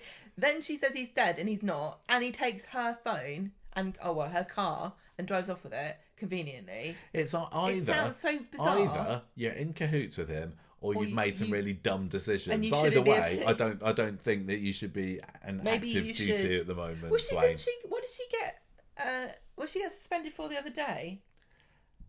She was suspended for ages. Yeah, she was for a bit, wasn't she? Or was it just because she hurt herself? Maybe. She got run over by a car. Run over by a car. Yeah, you shouldn't suspend somebody for getting run over with a car. Yeah, look, I am really... This is one of these things, right, where when you're watching it, you're in two minds about a character. If you really like a character, you sit there and you go, well, they've written this all wrong. This is so silly. She would never do this. Lisa is very competent. The whole point of Lisa as a police officer is that she's very cold, cool-headed, right? And she's cold, I wouldn't say. No, she's not emotional at work very much, is she? Unless it's to do with Becky and Matty. She keeps her cool, whereas Kit seems to be the more of the emotional one, right? She's very serene, and she knows exactly what she's talking about. She's really dedicated to the job. It's very important to her. She cares about justice and she cares about people, right?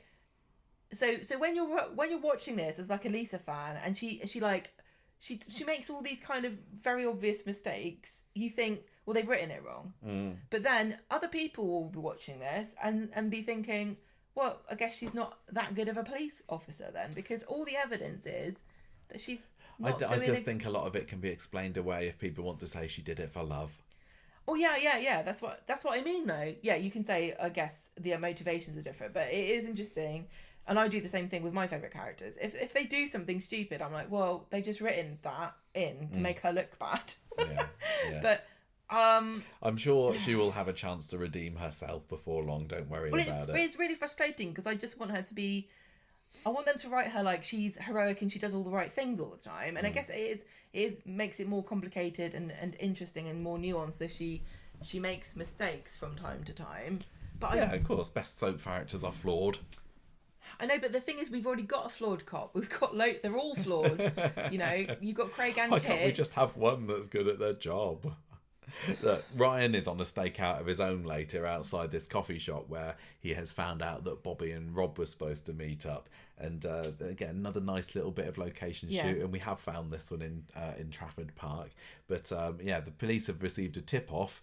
I think it was from Bobby, wasn't it? So that they turn up and Rob is just loitering around behind Ryan and he manages to get away with it. Well, this was dumb. Ryan's sitting on the bench, like conspicuously watching the police. The police at no point ever do they look over at Ryan. They must know who this man is. He's incredibly conspicuous because he's got a massive You're the burn acid mark guy on his face. He would have been in the news. he's also related to the case, and he's sitting watching you, and they're like, oh, an anonymous tip. Who could the anonymous tipper be? I don't know. Maybe it's the man over there that's related to the case is watching us.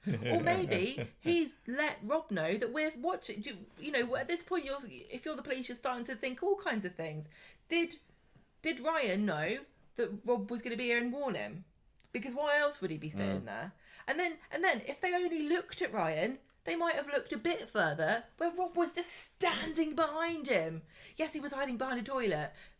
I guess the police were very good, and they all went before they came out. It's a good job they that didn't need to go over none of there. them needed the loo, otherwise they would have found Rob immediately. Yeah, it would have been up. Can you imagine if he'd hidden in the toilet and then one of them were just waiting outside and Rob's in there going, oh, this is so embarrassing. You can't come in, I'm going to be in here a while. Right, look, we need to get through the end of this story. We've been getting so long. So Bobby and Ryan meet up again in the factory later, and Ryan can't believe what a doofus Bobby has been for tipping off the police. So then they head over to the hospital where Ryan tells Carla about what Bobby's been up to, the plonker. Bobby's like, look, I'm really sorry. I was just wanting to believe my dad. And Carla's like, Bobby, you've made things a million times worse, you idiot. Now I'm going to send you out. I'm never going to forgive you. And Bobby is kind of feeling a bit miffed himself earlier because he just was doing it for his daddy, and now he thinks that Carla's never going to forgive him. I'm sure she will. Lisa's with Carla later at the end of the episode. She's like, I'm in the clear. I got away with it. Bostello doesn't believe me, but there's not enough evidence to convict me, so everything's great, everything's fine. And they'll never know what you did either, Carla. Carla's just like super grateful for her putting her career on the line and getting her this kidney, really. So as far as they're concerned, apart from the minor detail that Rob is still out there on the run, it's all kind of tied up for them. And at the very end of the episode, we see a very chilly looking Rob texting Bobby. I can't remember whether he's still by the containers or whether he's found another little... Oh, is he on a bench somewhere, maybe? But he's texting Bobby, traitor. No. What? Say it properly. Traitor. Yeah. And Bobby's like, no, I'm faithful, honestly. So Bobby is just being guilt-tripped to the max. And he is silly enough that he's probably going to now take his dad's side again, isn't he? He's not going to sit back and say, I don't care, I'm on the side of justice here. Sorry, Dad, you missed your chance. So that's it, really, isn't it? Yep. Anything else for that one? We said everything. I think it's just a real... Why have you written Mandy's baby is on eBay? Oh, I did write that. Well, they said that, didn't they? That was a line on the show where they were talking about auctioning off Mandy's baby on eBay, and we said they should put it on ITV Reloved. But they can't at the moment because they're just doing wedding dresses at the moment, so it wouldn't fit in with the theme. Yeah, it's just a shame, a real shame this week. A lot of it didn't really make sense. It fell flat. Well, which is ironic because that's what happened to Rob. Please tell me why they did kidnap Carla and not just steal money from anybody. Just because they wanted to get the main characters involved. The other thing that really, I don't know, whenever somebody says, I've got a plan and I'm going to escape, they never say what that plan is. And it's not like, we can't like I made that joke the other week, like, we can't explain the plan because then we were responsible for people using that plan in real life. It can be a bit more elaborate than just we're going on the run, because I just genuinely don't understand how they think they're going to get away with it. What, Mandy and I do think that Rob was going to dump Mandy at the earliest possible point. Just get rid of her because he doesn't really need. He doesn't need her being a millstone around his neck. But what was his plan?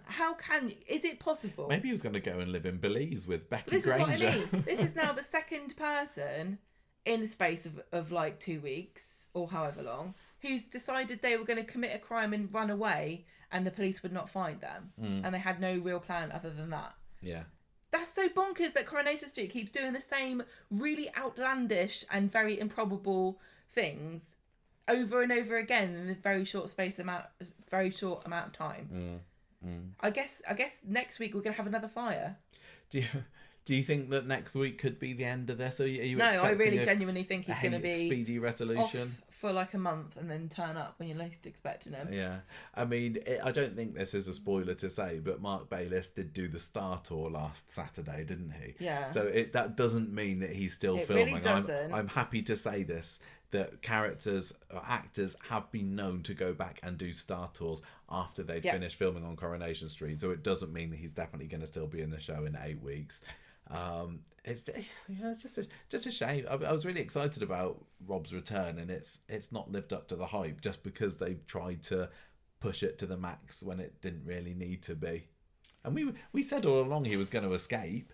So maybe we also got too hyped up in it in the same way that maybe some people behind the scenes at Corrie did. It just really and feels just turned like it out to 11 when 9 would have maybe done. It just felt like you had to believe so many things or not think about them. Like you had to just believe that Mandy could wheel Carla out with a gun to her head and like hide the gun, and Carla wouldn't say anything, or Carla would just fall asleep because she's tired and not say, help me, this woman's got a gun. Yeah. Rob could get out of the hospital after overpowering a fairly chunky security guard. Yeah, that he would be able to beat somebody up after he'd just had an operation. That nobody would look in the window and see the guard covered in blood. Like, why did they put blood all over his face? If you were Rob, wouldn't you at least wipe the blood off his face? No time. So, because if you're a doctor and you walk past and there's a patient in bed with blood all over coming out of their nose, you're like, well, I'm on lunch, so it's not my problem, not my patient. Yeah. That's not how it works. And kidnapping Carla, taking her to this place, also a bit bonkers, because you think to yourself, well, Mandy must have found this place by herself, because Rob's never been anywhere except for the prison and the hospital. So Mandy's gone off and found this abandoned office block and she thought, this is a really good place to take my boyfriend who's about to have surgery up all these stairs into this office building. Why not take him to her house? Don't think about it too hard. But listen, why not take him to her house? Nobody thinks she's missing. If they did the plan properly, nobody would know they were in a relationship. He'd escaped from prison. I don't think that the first place you would look for an escaped prisoner is every single prison guard's house. Otherwise, you've got a problem. Yeah, he could have just hidden in her house. Yeah. Why didn't they take her there? Yeah. Why an abandoned office building? Why is Mandy like an urban explorer in her spare time? She's like, I know somewhere, and it's haunted.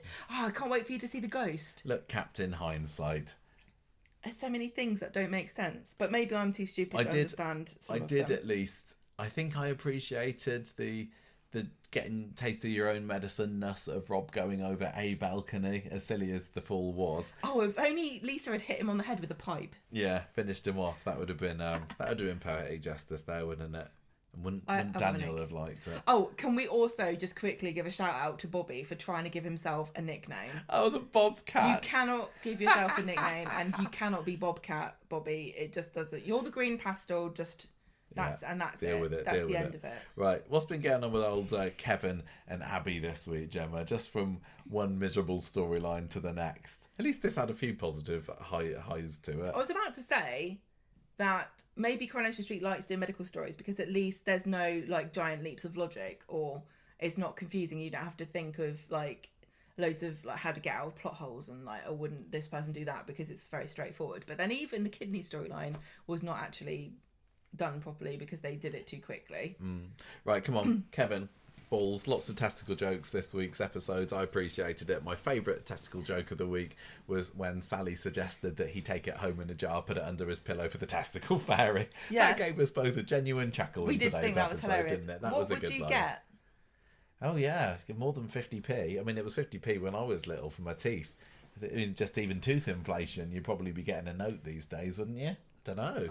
I would want £50 for a testicle. £50 for one of your knackers. I would want more than that for one of mine because you ain't got none. It's quite improbable that I would have one to begin with. So anyway, I thought that was great. That was a brilliant line. So they're getting ready to go to the hospital, and Debbie comes in and she says, "How are you doing?"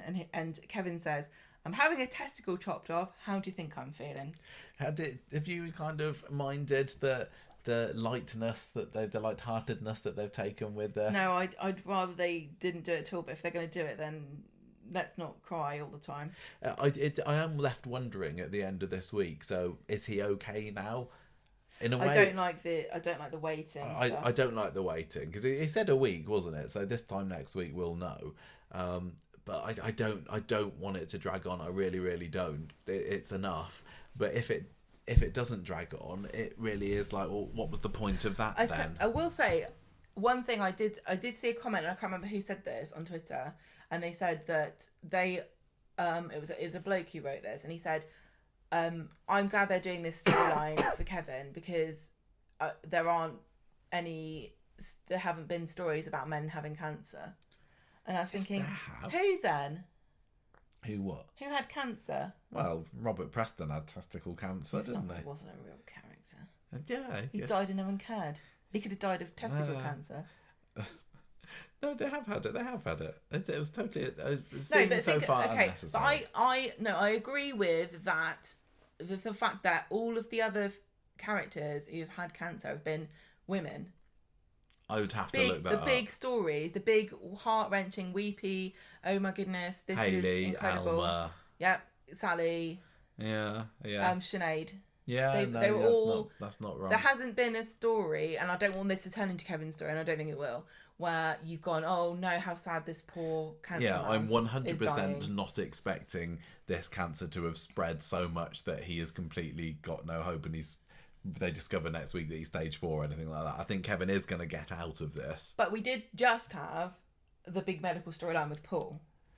Yes. And the thing about it too is, it is important to see yourself on screen, and representation is important, and you connect better with people that are more like you, and that maybe some men will be saved, like with Aiden's storyline. But we can't do every single possible cancer in every single person and everything that could ever happen that goes wrong with anybody over and over again until finally every person who's watched it has gone, oh yeah, that happened to me once. I wonder if we compared the men to the women, of how many of them were like tragic stories and how many of them were, oh, let's kind of make some jokes and kind of jolly ourselves along, because as sad as Paul's was, that was also a let's keep it lighthearted. Do you know what? So was this one with Kevin, and there's been other ones maybe where even like Tim's with his heart. His heart defect. It was a bit tragic, but it was most. It does seem to be like when a man has a horrible medical condition, even if he's going to die of it, the show's like, come on.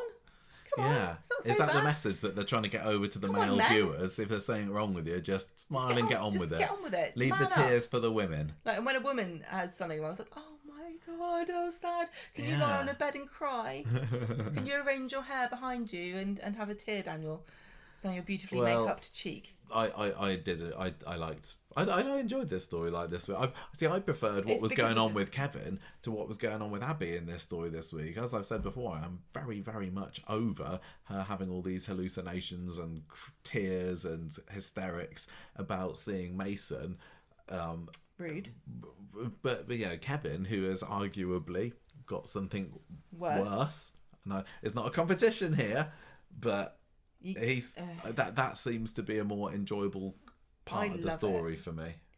And I love Abby as a character. You can't really laugh your way through PTSD. No.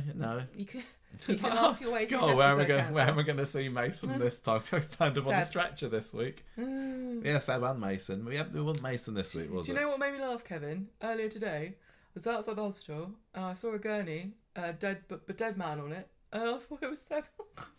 Anyway, look. What's been going on here? They go to the hospital and Abby is still like not coping, and she's getting the noises in her head. Yeah, she doesn't like hospitals at the moment because Mason died in one. That's weird because I love them. Do you always really like going? Nobody likes hospitals, but we don't all have flashbacks when we go there, Abby. No. She goes home and Jack's there, and she has a go at him for not coming to the hospital or being there for his dad. And Jack is like, look, I'm actually not coping with this. I can't see him. I don't want him to die. I don't want to see him like that. And so Abby tries to... You might not be able to tell from my very expressionless face, but I'm actually very cut up by what's going on with my dad at the moment. Thank you very much, Abby. Well, she's like, don't worry about it. Grow some balls. Let's go to the hospital.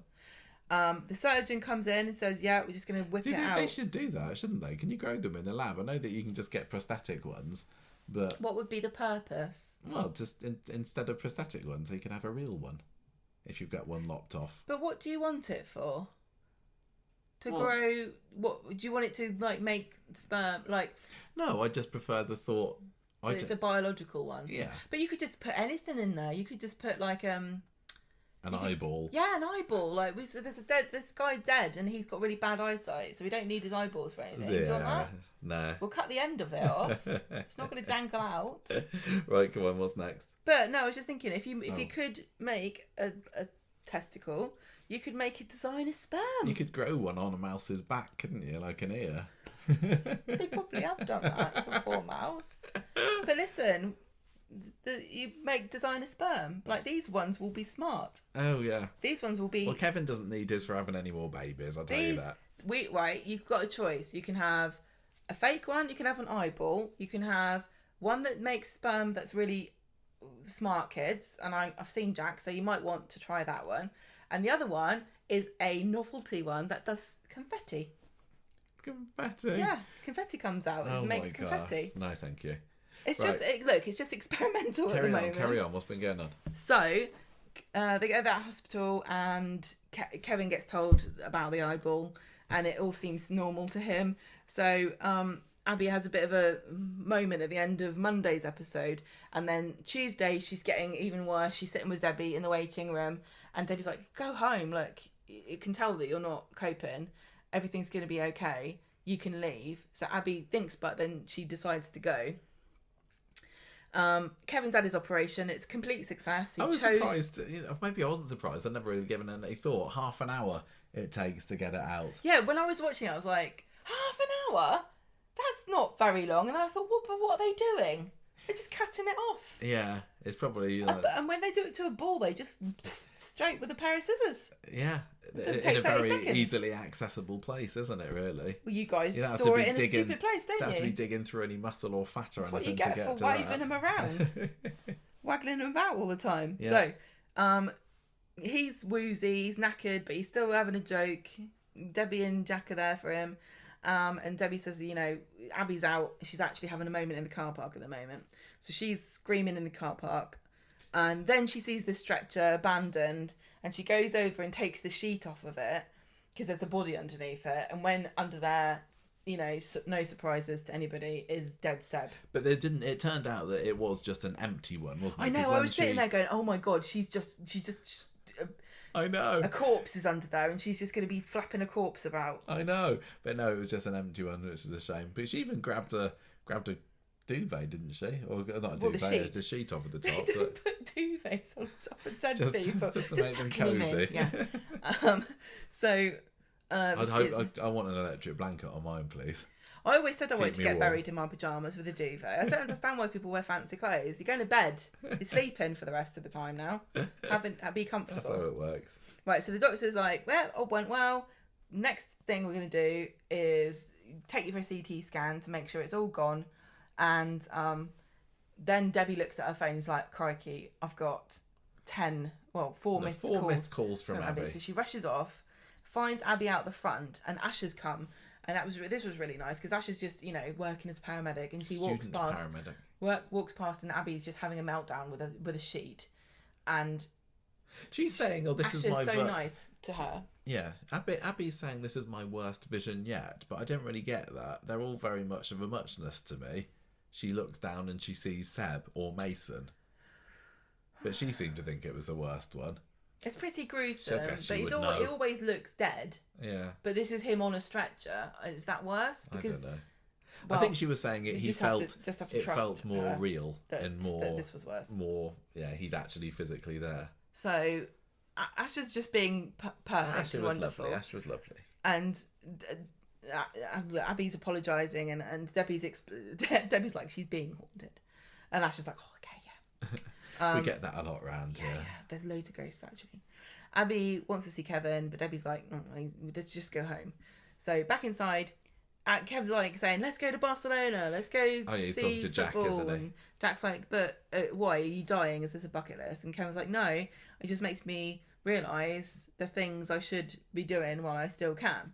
So then Debbie comes in and sends Jack off, and when she's alone with Kevin, she tells him about what Abby's been getting up to, and Kevin's really upset because he thought she was getting better because Gaddis came and spoke to her, and did she give her medication? I can't remember. I assume so. Yeah, I think maybe. And so she says, look, don't worry about it. I've signed her up with a private therapist. I'm paying for it. Don't even think about trying to cover it. I'm sorting it out. And then at the end of the day, there's Kevin sadly texting Abby. So on Wednesday, Sally and Tim arrive, and Sally just spends the whole episode, I think, talking about herself and when she had cancer. She does, doesn't she? She loves the opportunity to be able to talk about when she had cancer, does Sally. But yeah, this was where they had the testicle fairy line, and also Tim asks whether he's going to be walking around lopsided from this point, and yeah. Well, yeah, they're just being lighthearted, Yeah. which is one of the things Kate Brooks said when we saw her at the press conference. She did say that it was, I can't remember exactly the terminology she used, but I got the impression that it was going to be like this. Like, very honest. I did as well. He was going to be frank. having some matey chats about it. I think the different, like, what we were saying before about the difference between female cancer storylines and male cancer storylines is that I feel like Kevin's one's a bit more, like, edutainment, you know, like, Yes. do you know what I mean? Like, it's like the men need to be told that you can go to the doctor if you have a lump in your balls. You can go, you can get it sorted out. You're probably not going to die. Just don't let it fester. You might get to go to Barcelona. Everything's fine, right? But women, we know we're going to die. Like, no. Yeah, you said when we were watching it, just imagine if somebody had said to Sally when she had her lump in her boob, like, are you going to be walking lopsided now, Sally? Yeah, I don't think that would have gone down quite so well. Imagine them bringing, because Kevin, Tim bought him a bag of plums, didn't he? Imagine if they brought, like, ego Sal, brought you some chicken breasts. Bought you some melons. Stuff for your bra with, you get it? No, it just wouldn't. But yeah, I mean, the thing is with testicular cancer, it is supposed. I think they said like that's one of the good ones. It's supposed to be funny. No, it's supposed to be one of the. You know, if you're going to get well, cancer, this is what they then said. that's the And one he's like, you I get. don't really want one at all. Yeah. But do you see what I mean? I think that because women feel like more educated about their health and they're more likely to go and seek help, even though they don't get help as much as men do, and they get treated worse than men in hospitals. But men are more reluctant to go and seek help, and they're also not necessarily that clued up about some of the symptoms and stuff. So when you're doing a woman's health story, you're starting from a completely different place. You're starting from a place of like the audience already knows all of this. We're going to wring drama and pathos and sadness out of this. The man's story is like, how beautiful they'll look when they're crying. Yeah, they're going to get so thin when they get cancer. Think of the awards. Great. This is the thing though, like, you know, the men might get it easy with the cancer storylines, but they don't pick up the soap awards quite as much as the women do, Can I just point out, this is one of the reasons why I still think that men and women should have different categories at soap awards. Because the stories are different. Yes. The sort of stories you get as a woman, as a character, as a female character, is a different sort of set of stories than the sort you get for a male character. Although I'm going to say, I'm not expecting to see this kind of come up in the nominations for the best comedy character story. This year we've got Evelyn, Maureen Lipman, and also Kevin for his hilarious cancer story. Yeah. But it's Anyway, it's not going to be as tragic as Sinead, at least. I hope. It is a completely different starting point. Yeah. So they give him a bag of plums and talk about the testicle fairy. I thought you were going to sneeze. No. Kevin's getting very frustrated because he's worried about Abby and he wants to support her, but she's got to go to this counselling session, and Sally basically tells him to rest up and shut up. So Abby Shut up and listen to me talking to you about when I had my breast cancer, Kevin. And then he falls asleep, so she goes and tells Carla, and Carla falls asleep. When she said, I'm going to go and see Carla now, they are in different hospitals, aren't they? Carla's at the private hospital. No, I think she must be in... Did she go back to the general at the end? The thing is, the private hospitals are well and good, but oftentimes when you have an emergency, you have to go to the big NHS hospital. When you've been taken hostage. This is the hostage hospital, Kevin. I don't know why you're here. So anyway, Abby shows up at the counselling session. Who comes out but Roy? Very interesting that he was there. Yeah, Mr. I never like to talk about my feelings. So she goes in, and when she comes out, Roy's still there, and he's waited for her. And I think they hug at that point, because she's she's just happy to see a friendly face. Well, that's why he stayed, isn't it? Yeah. He understands people more than you may think. She goes back to the cafe with him, and she's like, that was really hard work. I feel positive, but I feel really drained. And then Roy says, yeah, you know how I was chill about Lauren sending me to prison? Not at all. No, I was actually furious. And I still worry about it all the time, think about it all the time. I have flashbacks. I was nearly killed. I was actually held hostage. So Carla might want to come here later on in the year because it's quite traumatic for me. want Roy to have a flashback of Griff. Yeah. Or maybe Roscoe. He was a nice chap, wasn't he? Yeah. So he says, look, it's working. And then they start talking about draining pus, which I thought was a bit graphic. What was that all about again? With like, the pus is your pestilence of your sad thoughts, isn't Of your soul, yeah, okay. The pus of your soul. Soul pus. Lancet. Yeah. And he also Give it a good starts squeeze. talking about Hayley and how she used to leave tissues everywhere, which I thought was a low blow for a dead woman. Thank you. This is what ladies do. Gemma, do you or do you not leave tissues everywhere? You can't deny it. It's a thing.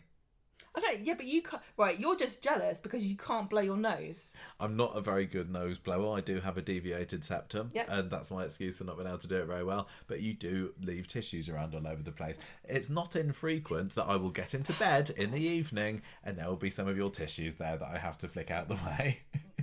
So I feel in solidarity with Roy today. Does it bother for this. you?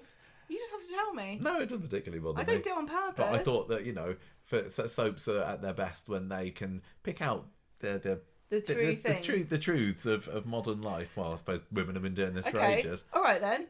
If Abby should have gone, she leaves tissues. She left tissues everywhere, did she? Yeah. Well, Kevin leaves piles of toenails around the house. I found one of you. I think have you cut your nails recently? Because I was sitting on the sofa this morning. Or was it a fingernail? And I found a nail, and it was your size. It was not the size of... Have you done your nails recently? No.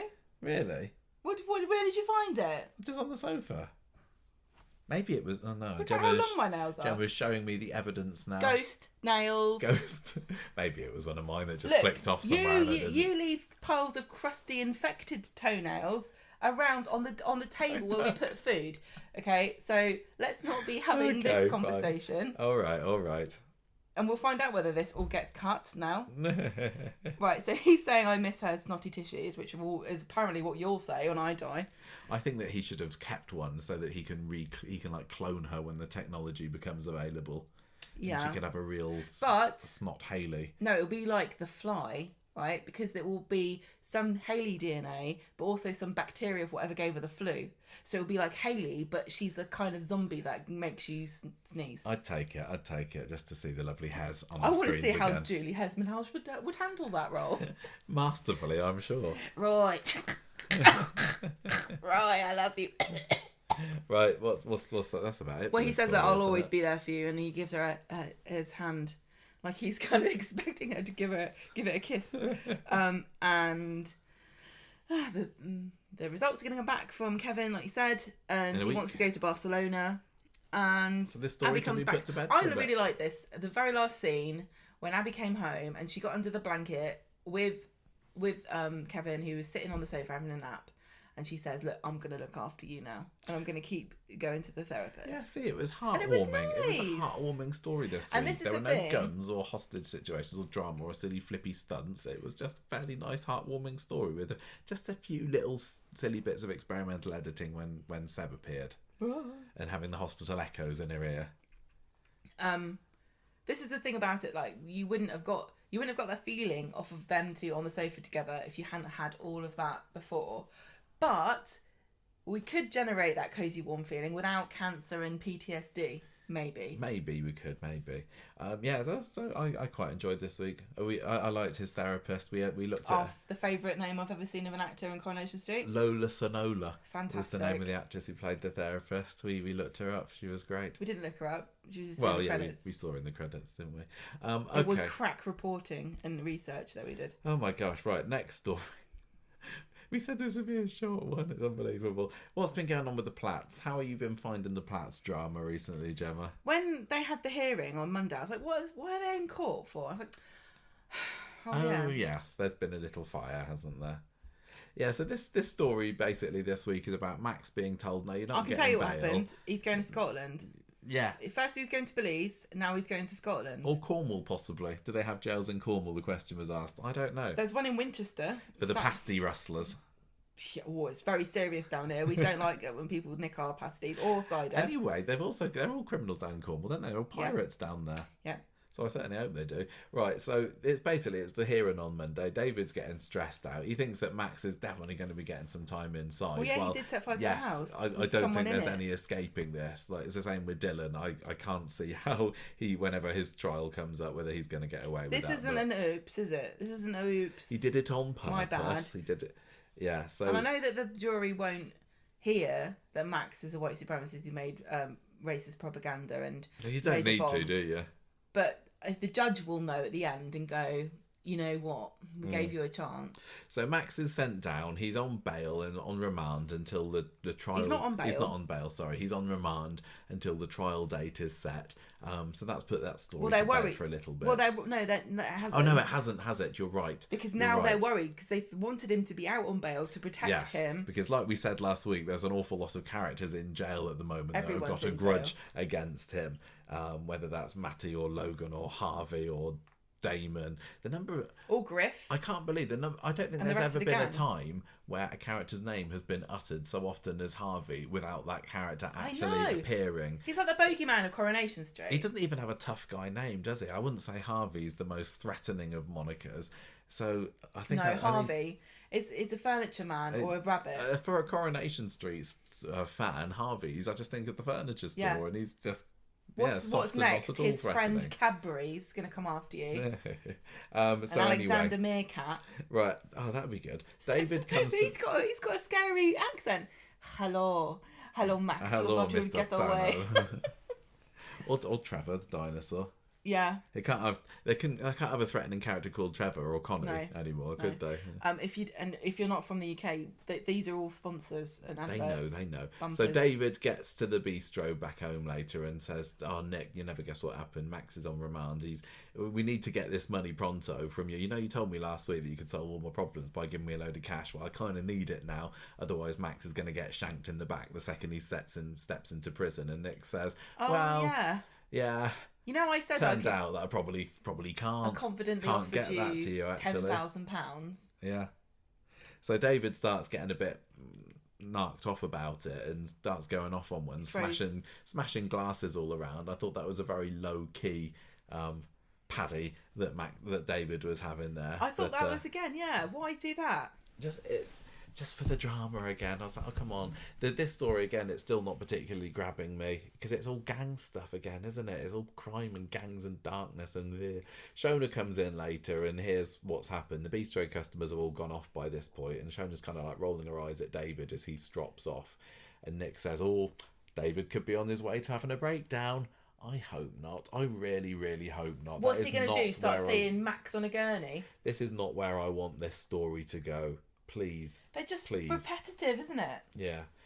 Mental breakdown. We've had them. We're over them now, Coronation Street. They're about as effective as pulling a gun on Carla in the hospital, seriously. There's only so much of this that we can take. So Shona goes home and realises that David's been going to desperate measures. He's been selling everything. His wedding ring's gone, his little gold chain that he wears around his neck.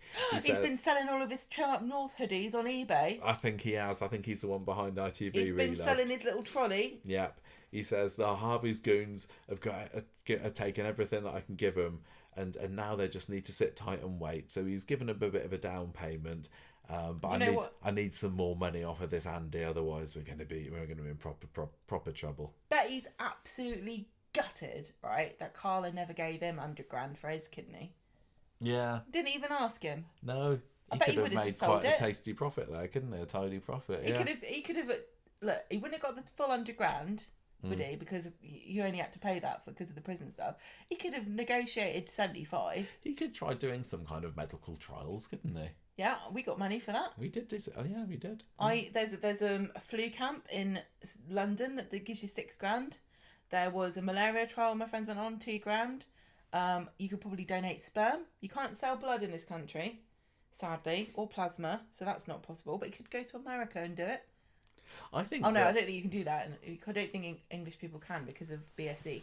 Maybe there's a thing in Weatherfield that when you're born, you automatically sign up for medical trials without realising, and that's why everybody is having all these horrible issues. Carbon It's just Well, a whole. It's a conspiracy that Weatherfield is the medical trial capital of the UK.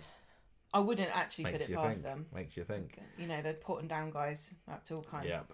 So David on Tuesday's episode gets met up with Andy in the pub, who's not happy that he did a runner last week when Nick came and dragged him out of the car. But David's like, sorry.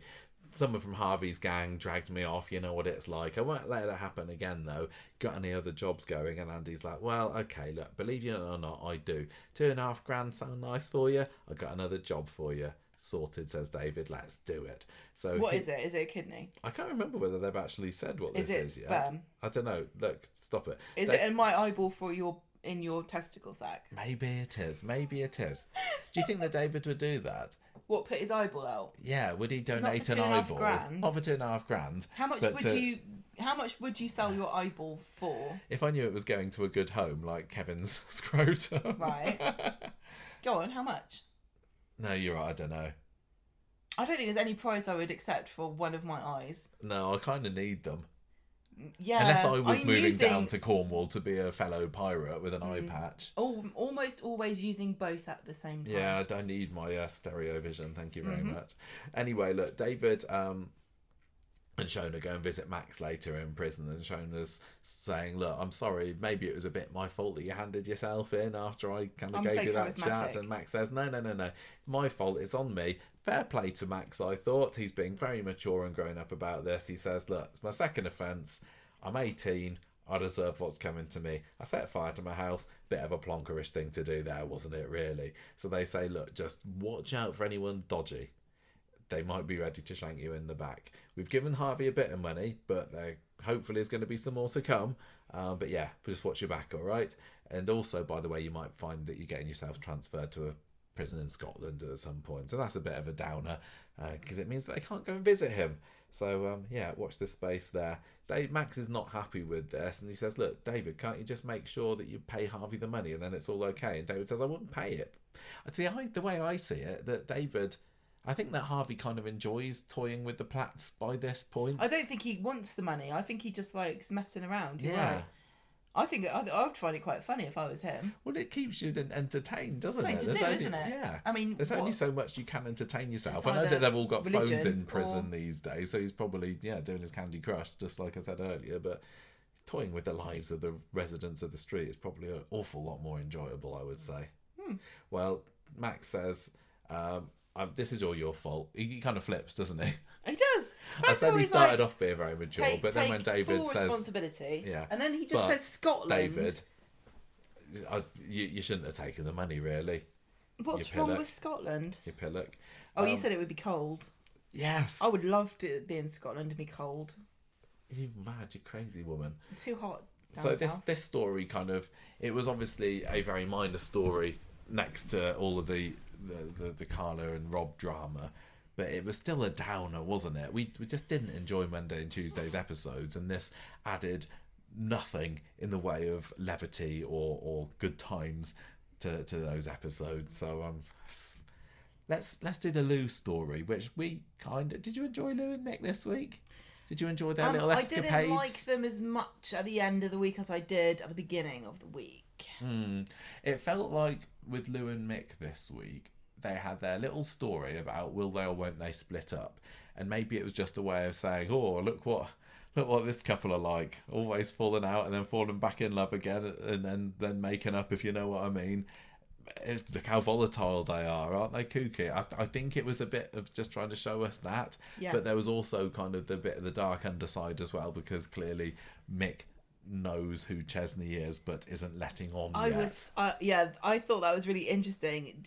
And my question is, when Chesney went to court, did he not even look at who the plaintiff clearly he wasn't there. You said last week on the podcast that as soon as he meets Mick, he's going to realise, well, Mick knows him.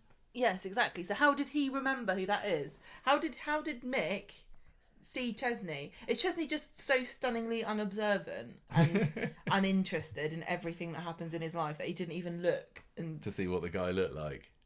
Well, has Mick got a very more of a generic looking face than Chesney? He does look familiar to me, and I don't know why, because I don't recognise him from anything. No, but he does have a kind of Yeah. That, Well, do you want it's a familiar face. Do you want to have a little rundown of what they've been getting up to then? Oh, right. So they've got Chesney and Gemma got the day off work on Monday, which I Handy. think apparently they don't need money all of a sudden. Well, Chesney's he doesn't. He's giving a tenner to Mick, isn't he, for on Monday's episode? He's already given him for £6,000 flowers. the other week. Yeah. So they got the day off work, and this love token thing gets mentioned again. Oh, the one that Gemma got Chesney for Valentine's Day. Yeah. And then the couple. A redeemable bonk, I think it was. They're planning you shouldn't to use that as currency in a healthy relationship. The Michaelis, is that how you say it? It's not been said on No, screen it hasn't, yet, has it? No. That Lou and Mick come round and they're like, "Hey, we're moving into the house. Come and help us." Well, actually, Mick says, "Chesney, come and help me." The women just sit around doing nothing, apparently. This is the moment that I think a lot of us thought it was all going to come out, because I swear that Mick was saying to Chesney, "Can you help me move some furniture?" So I just assumed that Chesney would go out, see the silver van, and be like, "Hang on a minute." Chesney is just so dim. But clearly not. He doesn't recognise the car he vandalised. He doesn't recognise the man that he went to court and had to give £6,000 to. So the girls... Nothing comes of it. The girls just, they stay The girls and have sit some and lagers, drink, and then they come back later and they're whispering... Chesney and Mick are whispering in the kitchen about the fact that Mick has broken Lou's nan's vase. It was a wedding that they gave present, them wasn't for it? a wedding present. And he's like, you say it was you. Because she won't get mad at you. Well, Mick... And she's horrible to me. Yeah, he kind of starts to go on, and I was thinking at the time, are we supposed to believe him here? I don't... It doesn't feel like it's true. No, I just think it's his perception, isn't it?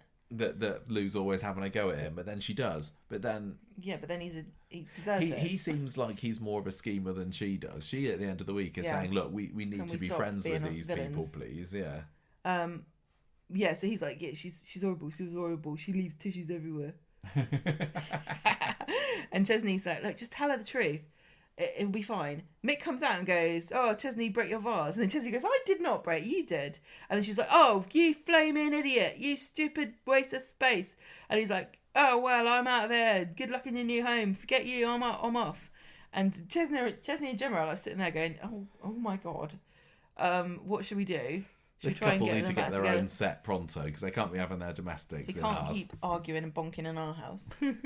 So Chesney goes to the pub with Mick, trying to convince him to get back with Lou, and Mick says, "Okay, thanks for your advice." He tells him to get him a bunch of flowers, and he's like, "Well, give me money and I'll get the flowers." So he brings the flowers to Lou, even though they've got no vase to put the flowers in. This is what would trigger me.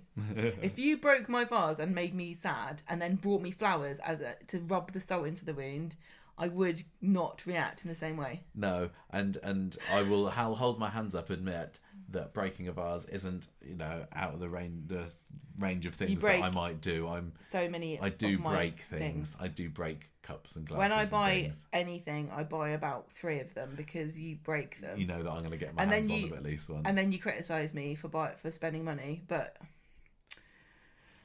and you leave toenails everywhere as well. It's a great relationship, doesn't it? Mm-hmm. Share with the world our faults. I'd sell your eyeball for about $1 million, I think, because you don't use both of them. Right, so then she's like, "Oh, that's so nice." Oh, I found it a kind of a funny end to the story. It was kind of funny. They kind of like passionately. They're kind of like Gomez and Morticia. Where they're like not afraid to show affection to one another in a very physical way in front of lots of people. I think that possibly they could have pushed it even further. I don't know. Because they were just they kind of went down on the sofa and they were just slobbering all over each other, weren't they? I don't want to know any more than that. No, I know, but No. Okay. And then Chesney and Gemma are like, let's go into the kitchen. And Gemma's like watching them like, it's just fascinated. I mean, she must know how it works. Well, you don't get quads without knowing how the birds and the bees Maybe function, she's like, "Oh, crikey, I know what we did wrong now." Right, so on Tuesday, in their house, they're having a rave up. Oh, no, they're having a rave up in they're having a rave up at number 5. This is still the same day. Exactly, the same day. So they're dancing and they're drunk and they're listening to music and they keep listening to Sandstorm, don't they? Mm-hmm. I know that one. I know, there's one song I know. And Chesney's like, oh, you remind me of a younger, better-looking Les. He doesn't say that directly to Mick. Sorry. He says it to Gemma. Yeah. How did you feel that the Michaelis compared to the Battersbys? Because when we heard about them, our minds automatically went to, oh, this is going to be like them. And I'm not feeling it at the moment. So even having Chesney bring it up, it's almost a bit of a new Jack and Vera kind of situation where maybe people want us to think they're like the Battersbys, but I don't think they are. No, they're not. They're not really. I mean, the Battersbys were like aggressive off the bat, weren't they? And insular, whereas these two are very gregarious and like they're trying to make friends with people, but obviously they don't care. Mick strikes me as being a bit crueler than Les was as well, and also Les. He had a lot of bluster, but he was dumb, and we as viewers could be wound up by him. But at least we knew that this is a dumb guy. But Mick seems a bit smart, and I'm not convinced that I like him. I don't think I like him. He's a scheming, manipulating guy. I want to like him, and I like the idea of them as a couple. I like the idea of them being very hot and passionate and a bit chavvy. That doesn't bother me at all. But fast for me, I'm afraid. But because I felt the same way about Tim and Sally. Yeah. I don't find it that interesting. Right, so Mick comes into the kitchen and he's like, I recognise you. Do I know you from somewhere? I can't figure it out. And then he comes down from the loo and says, I know. I remember you from when you had a market stall. That mystery solved. Let's go. Because he'd seen a picture upstairs, hadn't he, of Chesney on the market stalls. Yeah. Why would you have that printed out? This is pride displayed. And joy. Yeah. Oh, I remember when I had hopes and dreams. Right, so then they got flushed down the toilet, so it's perfect decor for our bathroom. Yeah. Chesney and Gemma sit down after they've gone, and they're like, well, I'm glad we had a laugh, but I'm glad they're gone, I guess. So out in the ginnel, Lou's like, what were you getting up to? What's going on? You know exactly who that guy is. And Mick says, I was just having fun with him. He deserves it. He's the one who put sugar in my tank. I want to make his life a misery. I think that's kind of fair enough. I know that Mick's got, was it $6,000 out of it? I think at this point I'd just be like, bygones, you know? Well, I would, but it doesn't surprise me that somebody like Mick would want to toy with him for a little longer. It's going to have to come out at some point. This is why you ended up getting this £10 off of him as well. Yeah, I know. But this is what I mean. People like this, they're just so completely unafraid of consequences or don't even think about them. Because like a lot of the reason why I wouldn't do this, apart from that it's horrible, is that I'd be scared of them going, well, I'll do it back to you. Like, I'm not having that. Yeah, is this going to lead into a neighbours at war? No, because Gemma maybe Gemma and Bernie would fight back, but Chesney would never. He hasn't got a fight in him, has he? Nope. No, absolutely pathetic. But Gemma wants to be friends, and Lou wants to be friends as well. So maybe it would be Bernie that's taking the lead in the old vengeance stakes here. I don't know. Well, anyway. Well, also he makes another enemy in George later, doesn't he, Mick? Because they continue their rave up at their house, and that's waking George up, who's had a midnight druid funeral the night before. It's just stupid. But he's stupid. I didn't go much on it. I didn't find it to be an amusing anecdote. No, I didn't either. It was very much up there with the sort of rubbish it's kind that of comes like out of Rambly Mary's Mary mouth. It was story, very much a Rambly Mary story. So Chesney's like, well, yeah, he joins George. They're both in the ginnel shouting through Mick's garden, and then Mick comes out and says, what? And they're like, can you turn it down? She's like, yeah, it's a bit loud. Mick's like, oh, it's a bit loud, is it? Fine. I mean, look, it was 4:00 in the afternoon. Yes, it was probably annoying to George, but you can't not play. You have no real right, unfortunately, to ask somebody to not make noise. No.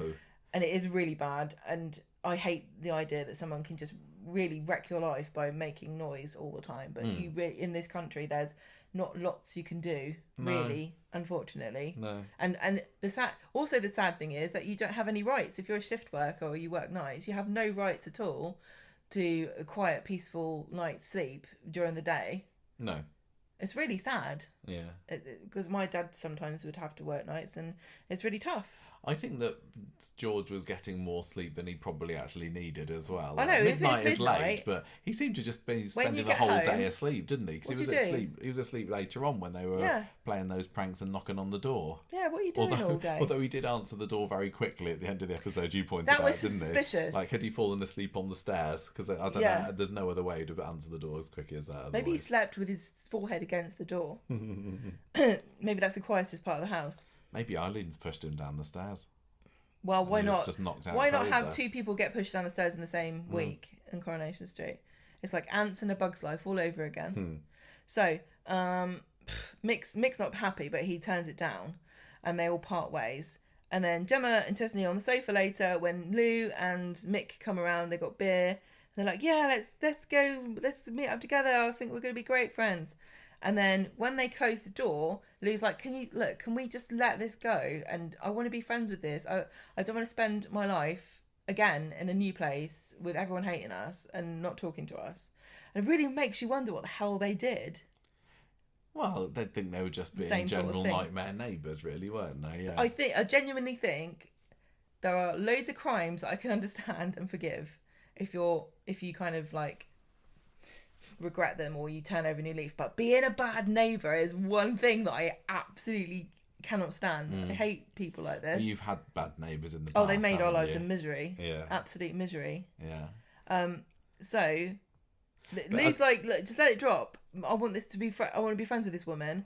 And then he's like, no, I don't think so. And then he's like, in fact, I'm going to show you how much of a petty idiot I am. And he runs up to, like you said, to George's door and knocks it and goes, open up, it's the police, and then runs away. Yeah, so it was kind of what fun. A fiendish plan. Like you said at the beginning, I don't feel like I like them as much as I did at the beginning of the week, but it's still very early days. I generally like Lou. I do think that maybe... You can't tell when you bring the new characters in, often they put in them a to year, the extreme. they won't be They'll have even less than a year, they'll probably have mellowed No, out. that's what I mean. In a year's time, next year, if they're still in the show, which I assume they will be, Mick will be unrecognisable, I'm going to guess. What did you make of Chesney's new nickname, Cheggers? Cheggers and Geggers. Yeah, that's right. That was good. Named after Keith Chegwin, R.I.P. Beloved family entertainer. Yep. Right. That's how you get a nickname, Bobby. Yeah. You got to earn it. You can't just give it yourself. Bobcat, honestly. Right, Julie Carp next. So this was brill. This was 100% a moment of happy, delicious lightness. Oh, this was just great. This was one of the main Coronation reasons Street. that Wednesday's episode was good. Yeah. I think Wednesday's just snuck into a banging for us, doesn't it, we said. So, Julie's back. We've known it for a little while. When was this announced? It was in January, wasn't it? I think it was since the start of the new year that Katie Kavanagh was making a return to Coronation Street.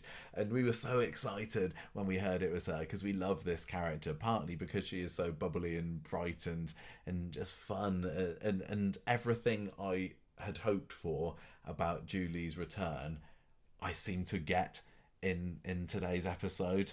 She's a really nice friend and a really loyal friend and family member, and we saw some of that. She's, like you said, bubbly, knows how to have a good time, but she's also has her dark side sometimes.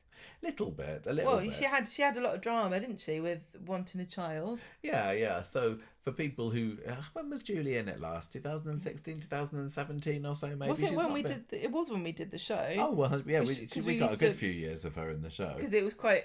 She had a comical cape. What's it called?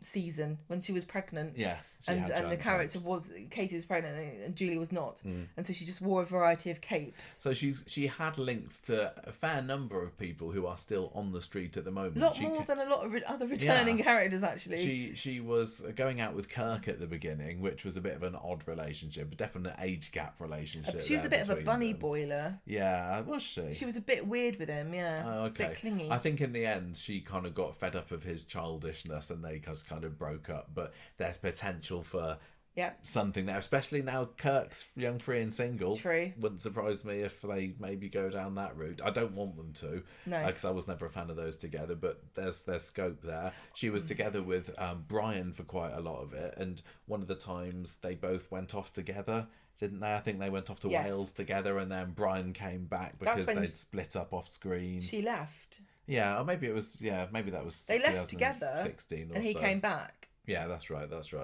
And it was, they discovered over the course of the time that she was in the show that she was Eileen's sister, because I think that was half sister. That was not known at the beginning. I think they were kind of knew each other at school, and then a revelation about something dark and sinister that their dad got up to. Don't want to know. Yeah, don't want to know that now, but she was just a really fun character. And she also, as you pointed out, dated Dev. Oh yeah, she did date Dev for a little bit as well. Dev's here. Dev is not here at the moment, so we're not going to be revisiting that. But I don't know how long Julie is going to be back in the show. I don't know if it's a long-term one. I don't know if it's just a little comeback. But I'm so happy. But I was nervous. Secret? I was nervous before today's episode. I was thinking, is she going to be the same? Will they have, ironed her out and flattened her and blanded her up a little bit? But she was 100% exactly how I would have wanted, and I'm very, very happy. But the story goes, there was the funny moment at the beginning of the episode today where Todd catches Eileen and George at it in streetcars. Maybe a little unnecessary there, but it leads to him realising that he is and has been single for a very long time, so he needs to go along to this tea dance that Debbie's been organising at Chariot Square in the hope of cruising for a new fella. And he manages to convince Billy to go along with him, although Billy's slightly hesitant because Paul's barely cold. Yeah, I'm just going to say Eileen and George in the streetcars, it's because George's internal clock's completely out of whack because of this Druid funeral. Oh yeah. He doesn't know what time of day it is. You're right. So anyway, they turn up at Chariot Square. Billy immediately spins round after someone starts hitting on him because he's just not ready for that yet. And Todd's got this nice bloke at the bar later. Man One was played by Nick Dutton. We found out afterwards because we were watching this and we were going, I recognise that guy from somewhere. Has he been in anything that we've seen? And we couldn't put our fingers on it. He must have been in something. Yeah. Because he looks really familiar and he's got a really nice smile. Yeah. And he's got a very distinctive moustache. Yes. And so we've looked up his name on the credits at the end of the episode, and then you were Googling it and you found his Instagram. I was like, he bloody loves Corrie. Look at this. Yeah. You head over to Nick's Instagram, everyone. He's got Corrie masks aplenty. Yeah. He is a bit of a big Corrie fan, and he's wanted to be in Corrie for over a decade. Yes. So I'm very, very pleased for him that now he is. This is a great story that he's got about... Yeah, he did something called the Corrie campaign, which was that he decided that he was going to flipping well get himself a part in Coronation Street. And this was back in 2013 or so. So this is a lot of manifesting. Yes, slightly went over the deadline, but he got there in the end. He is There's more than most people. He's not a regular, as far as I know. I honestly, if you told me he was Billy's new boyfriend or Todd's new boyfriend, I'd be like, yeah, I'd actually really like it. I think he was great. But anyway, he did not get given a lot to do, but what he did with it was he was so charismatic. He was very charming. He filled the screen, didn't he? Yeah. I was like, I actually want to see more of him. I want more of him in it. I was kind of disappointed. The fact that he was credited as Man One did make me think that we might not see him again. Didn't feel promising, did it? Anyway, you went onto his Instagram account and left him a comment, and then he replied back to that saying that he met up with us. I can't believe that. How about does he 10 remember? years ago, and it's like I don't have any memory of. Oh no, I didn't when I was watching. Remember him. No. But maybe it was. Yeah, maybe. Like we were saying, we recognised this guy before, but apparently, one time we went on the Coronation Street tour back in the old Key Street set, and he was there, and we must have got talking to him, and I was like, oh, maybe I do remember you ever so slightly, but it was quite nice that he said he remembered us. I can't believe that he remembered us. Yeah.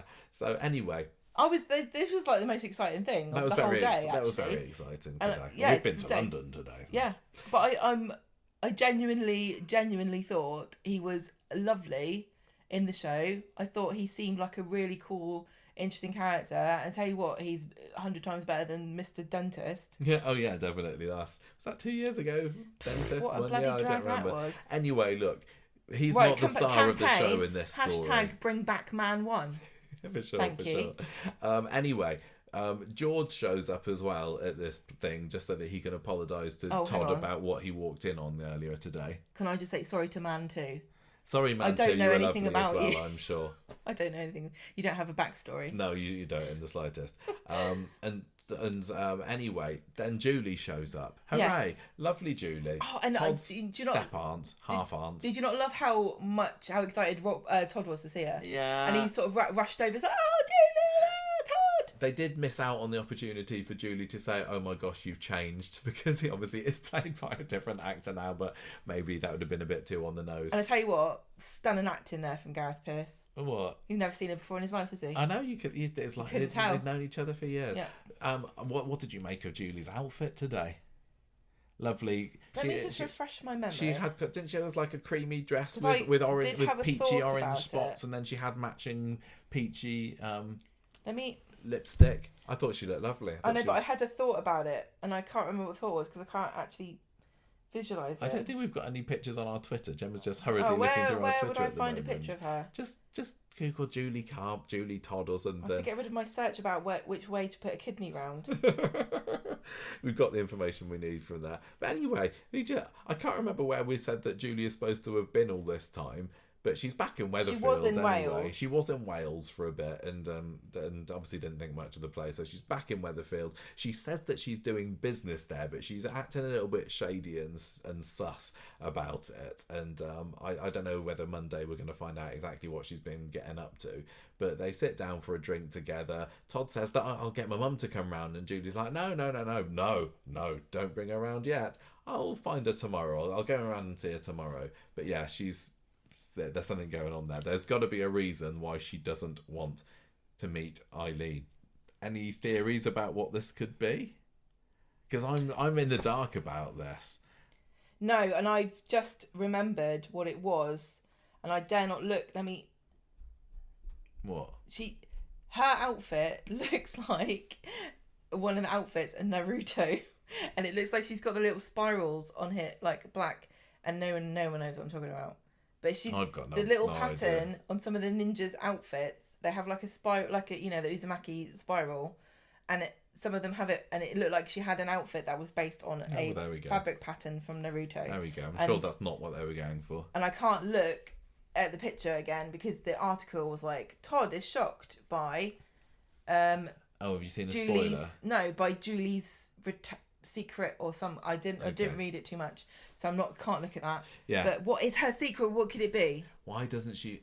We've seen so little of Eileen recently that we've got nothing really to go on, have we? That's the thing. Yeah.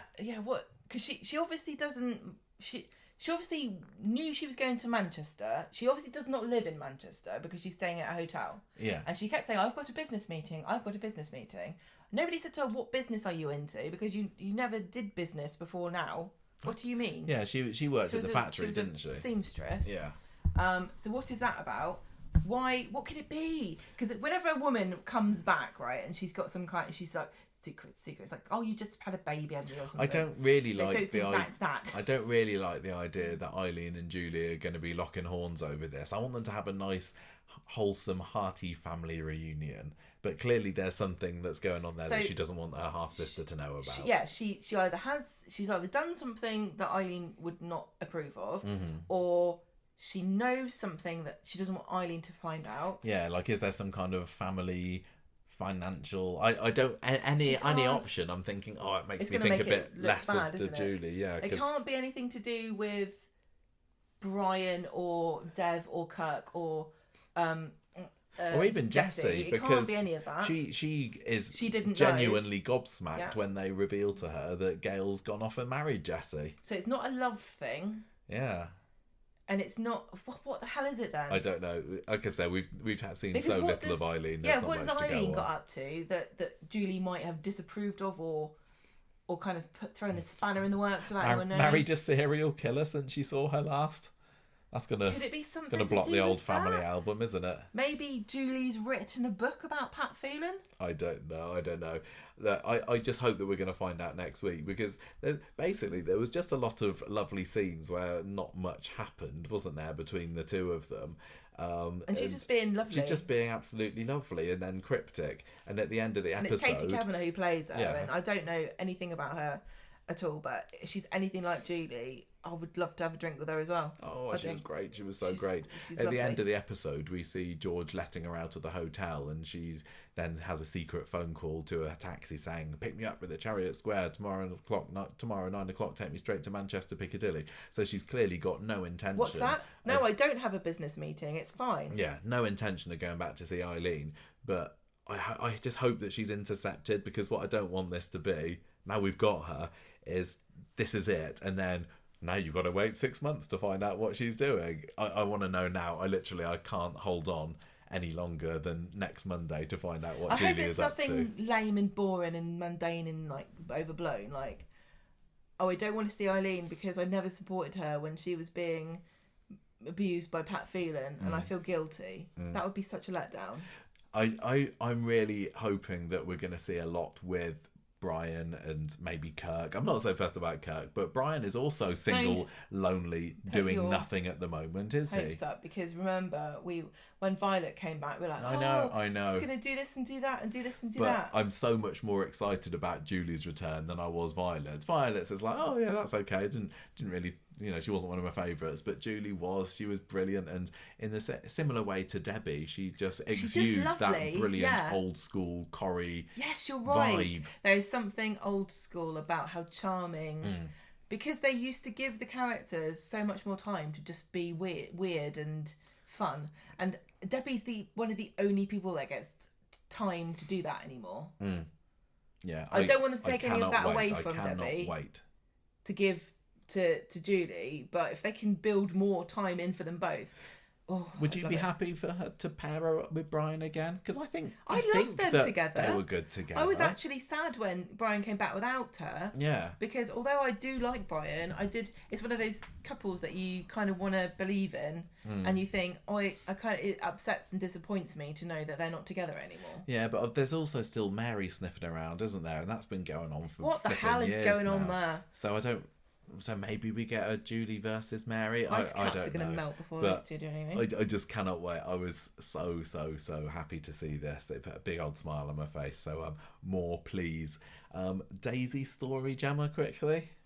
Quickly? Yeah, well, we didn't have a whole lot that happened, did we? Is this the end of it? Is this our final? Oh. No, we got a couple.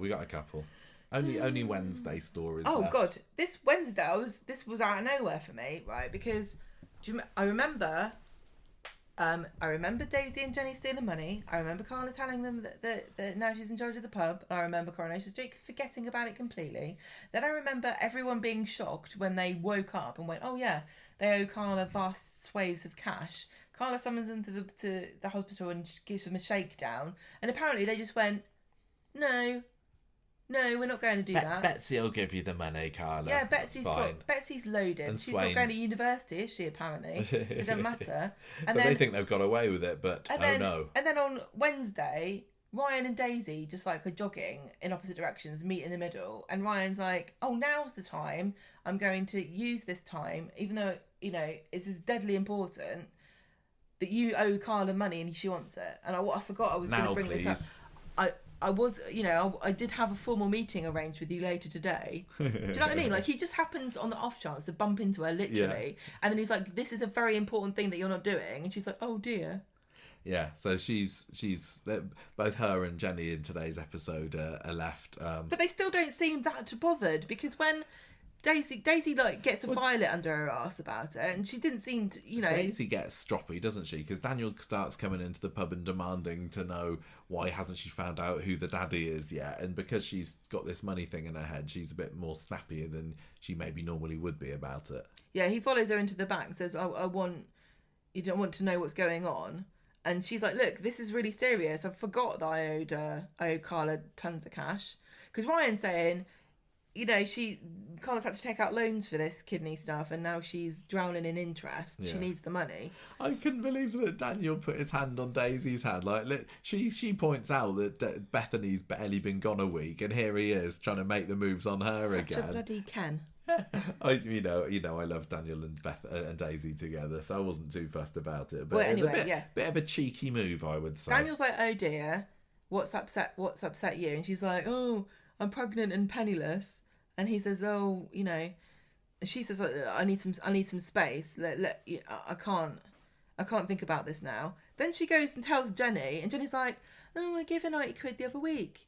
I kind of missed what happened here. What the hell?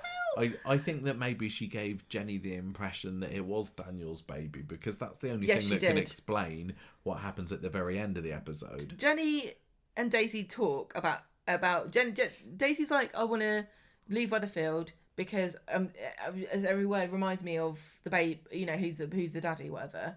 And then Jenny kind of gives two scenarios about whether it's Kit's baby or whether it's Daniel's baby.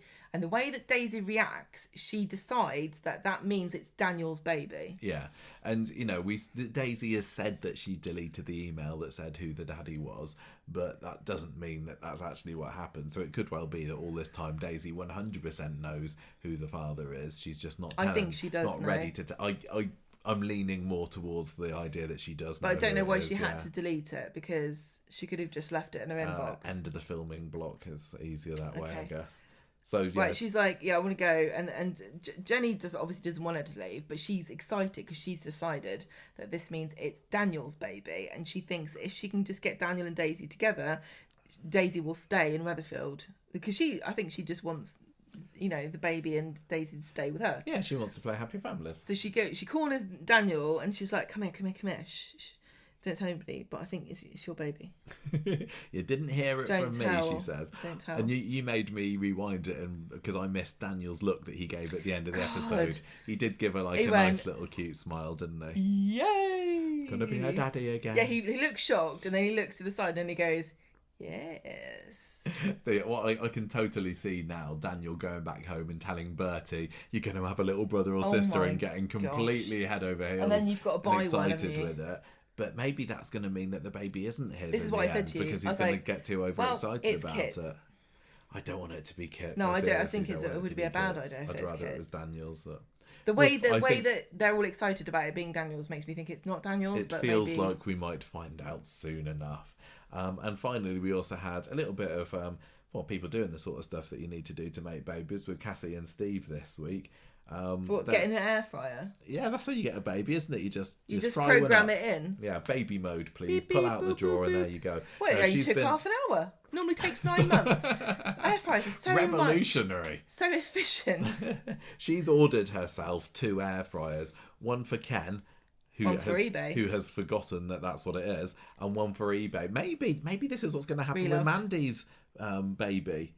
She'll forget that she She'll ordered 2. combine it with the air fryer. So whoever buys the Bundle. air fryer will be Mandy's baby inside. And yeah, 2 in Don't 1. put babies in the air fryer. That was Don't a joke. put babies in the air fryer. When is Ken Put going in to the microwave. realise that he only seems to forget things when it comes to buying stuff off the internet? Yeah, I know. I remember everything else, but I don't remember buying hair straighteners in an air fryer. He still doesn't seem to be twigging yet, does he?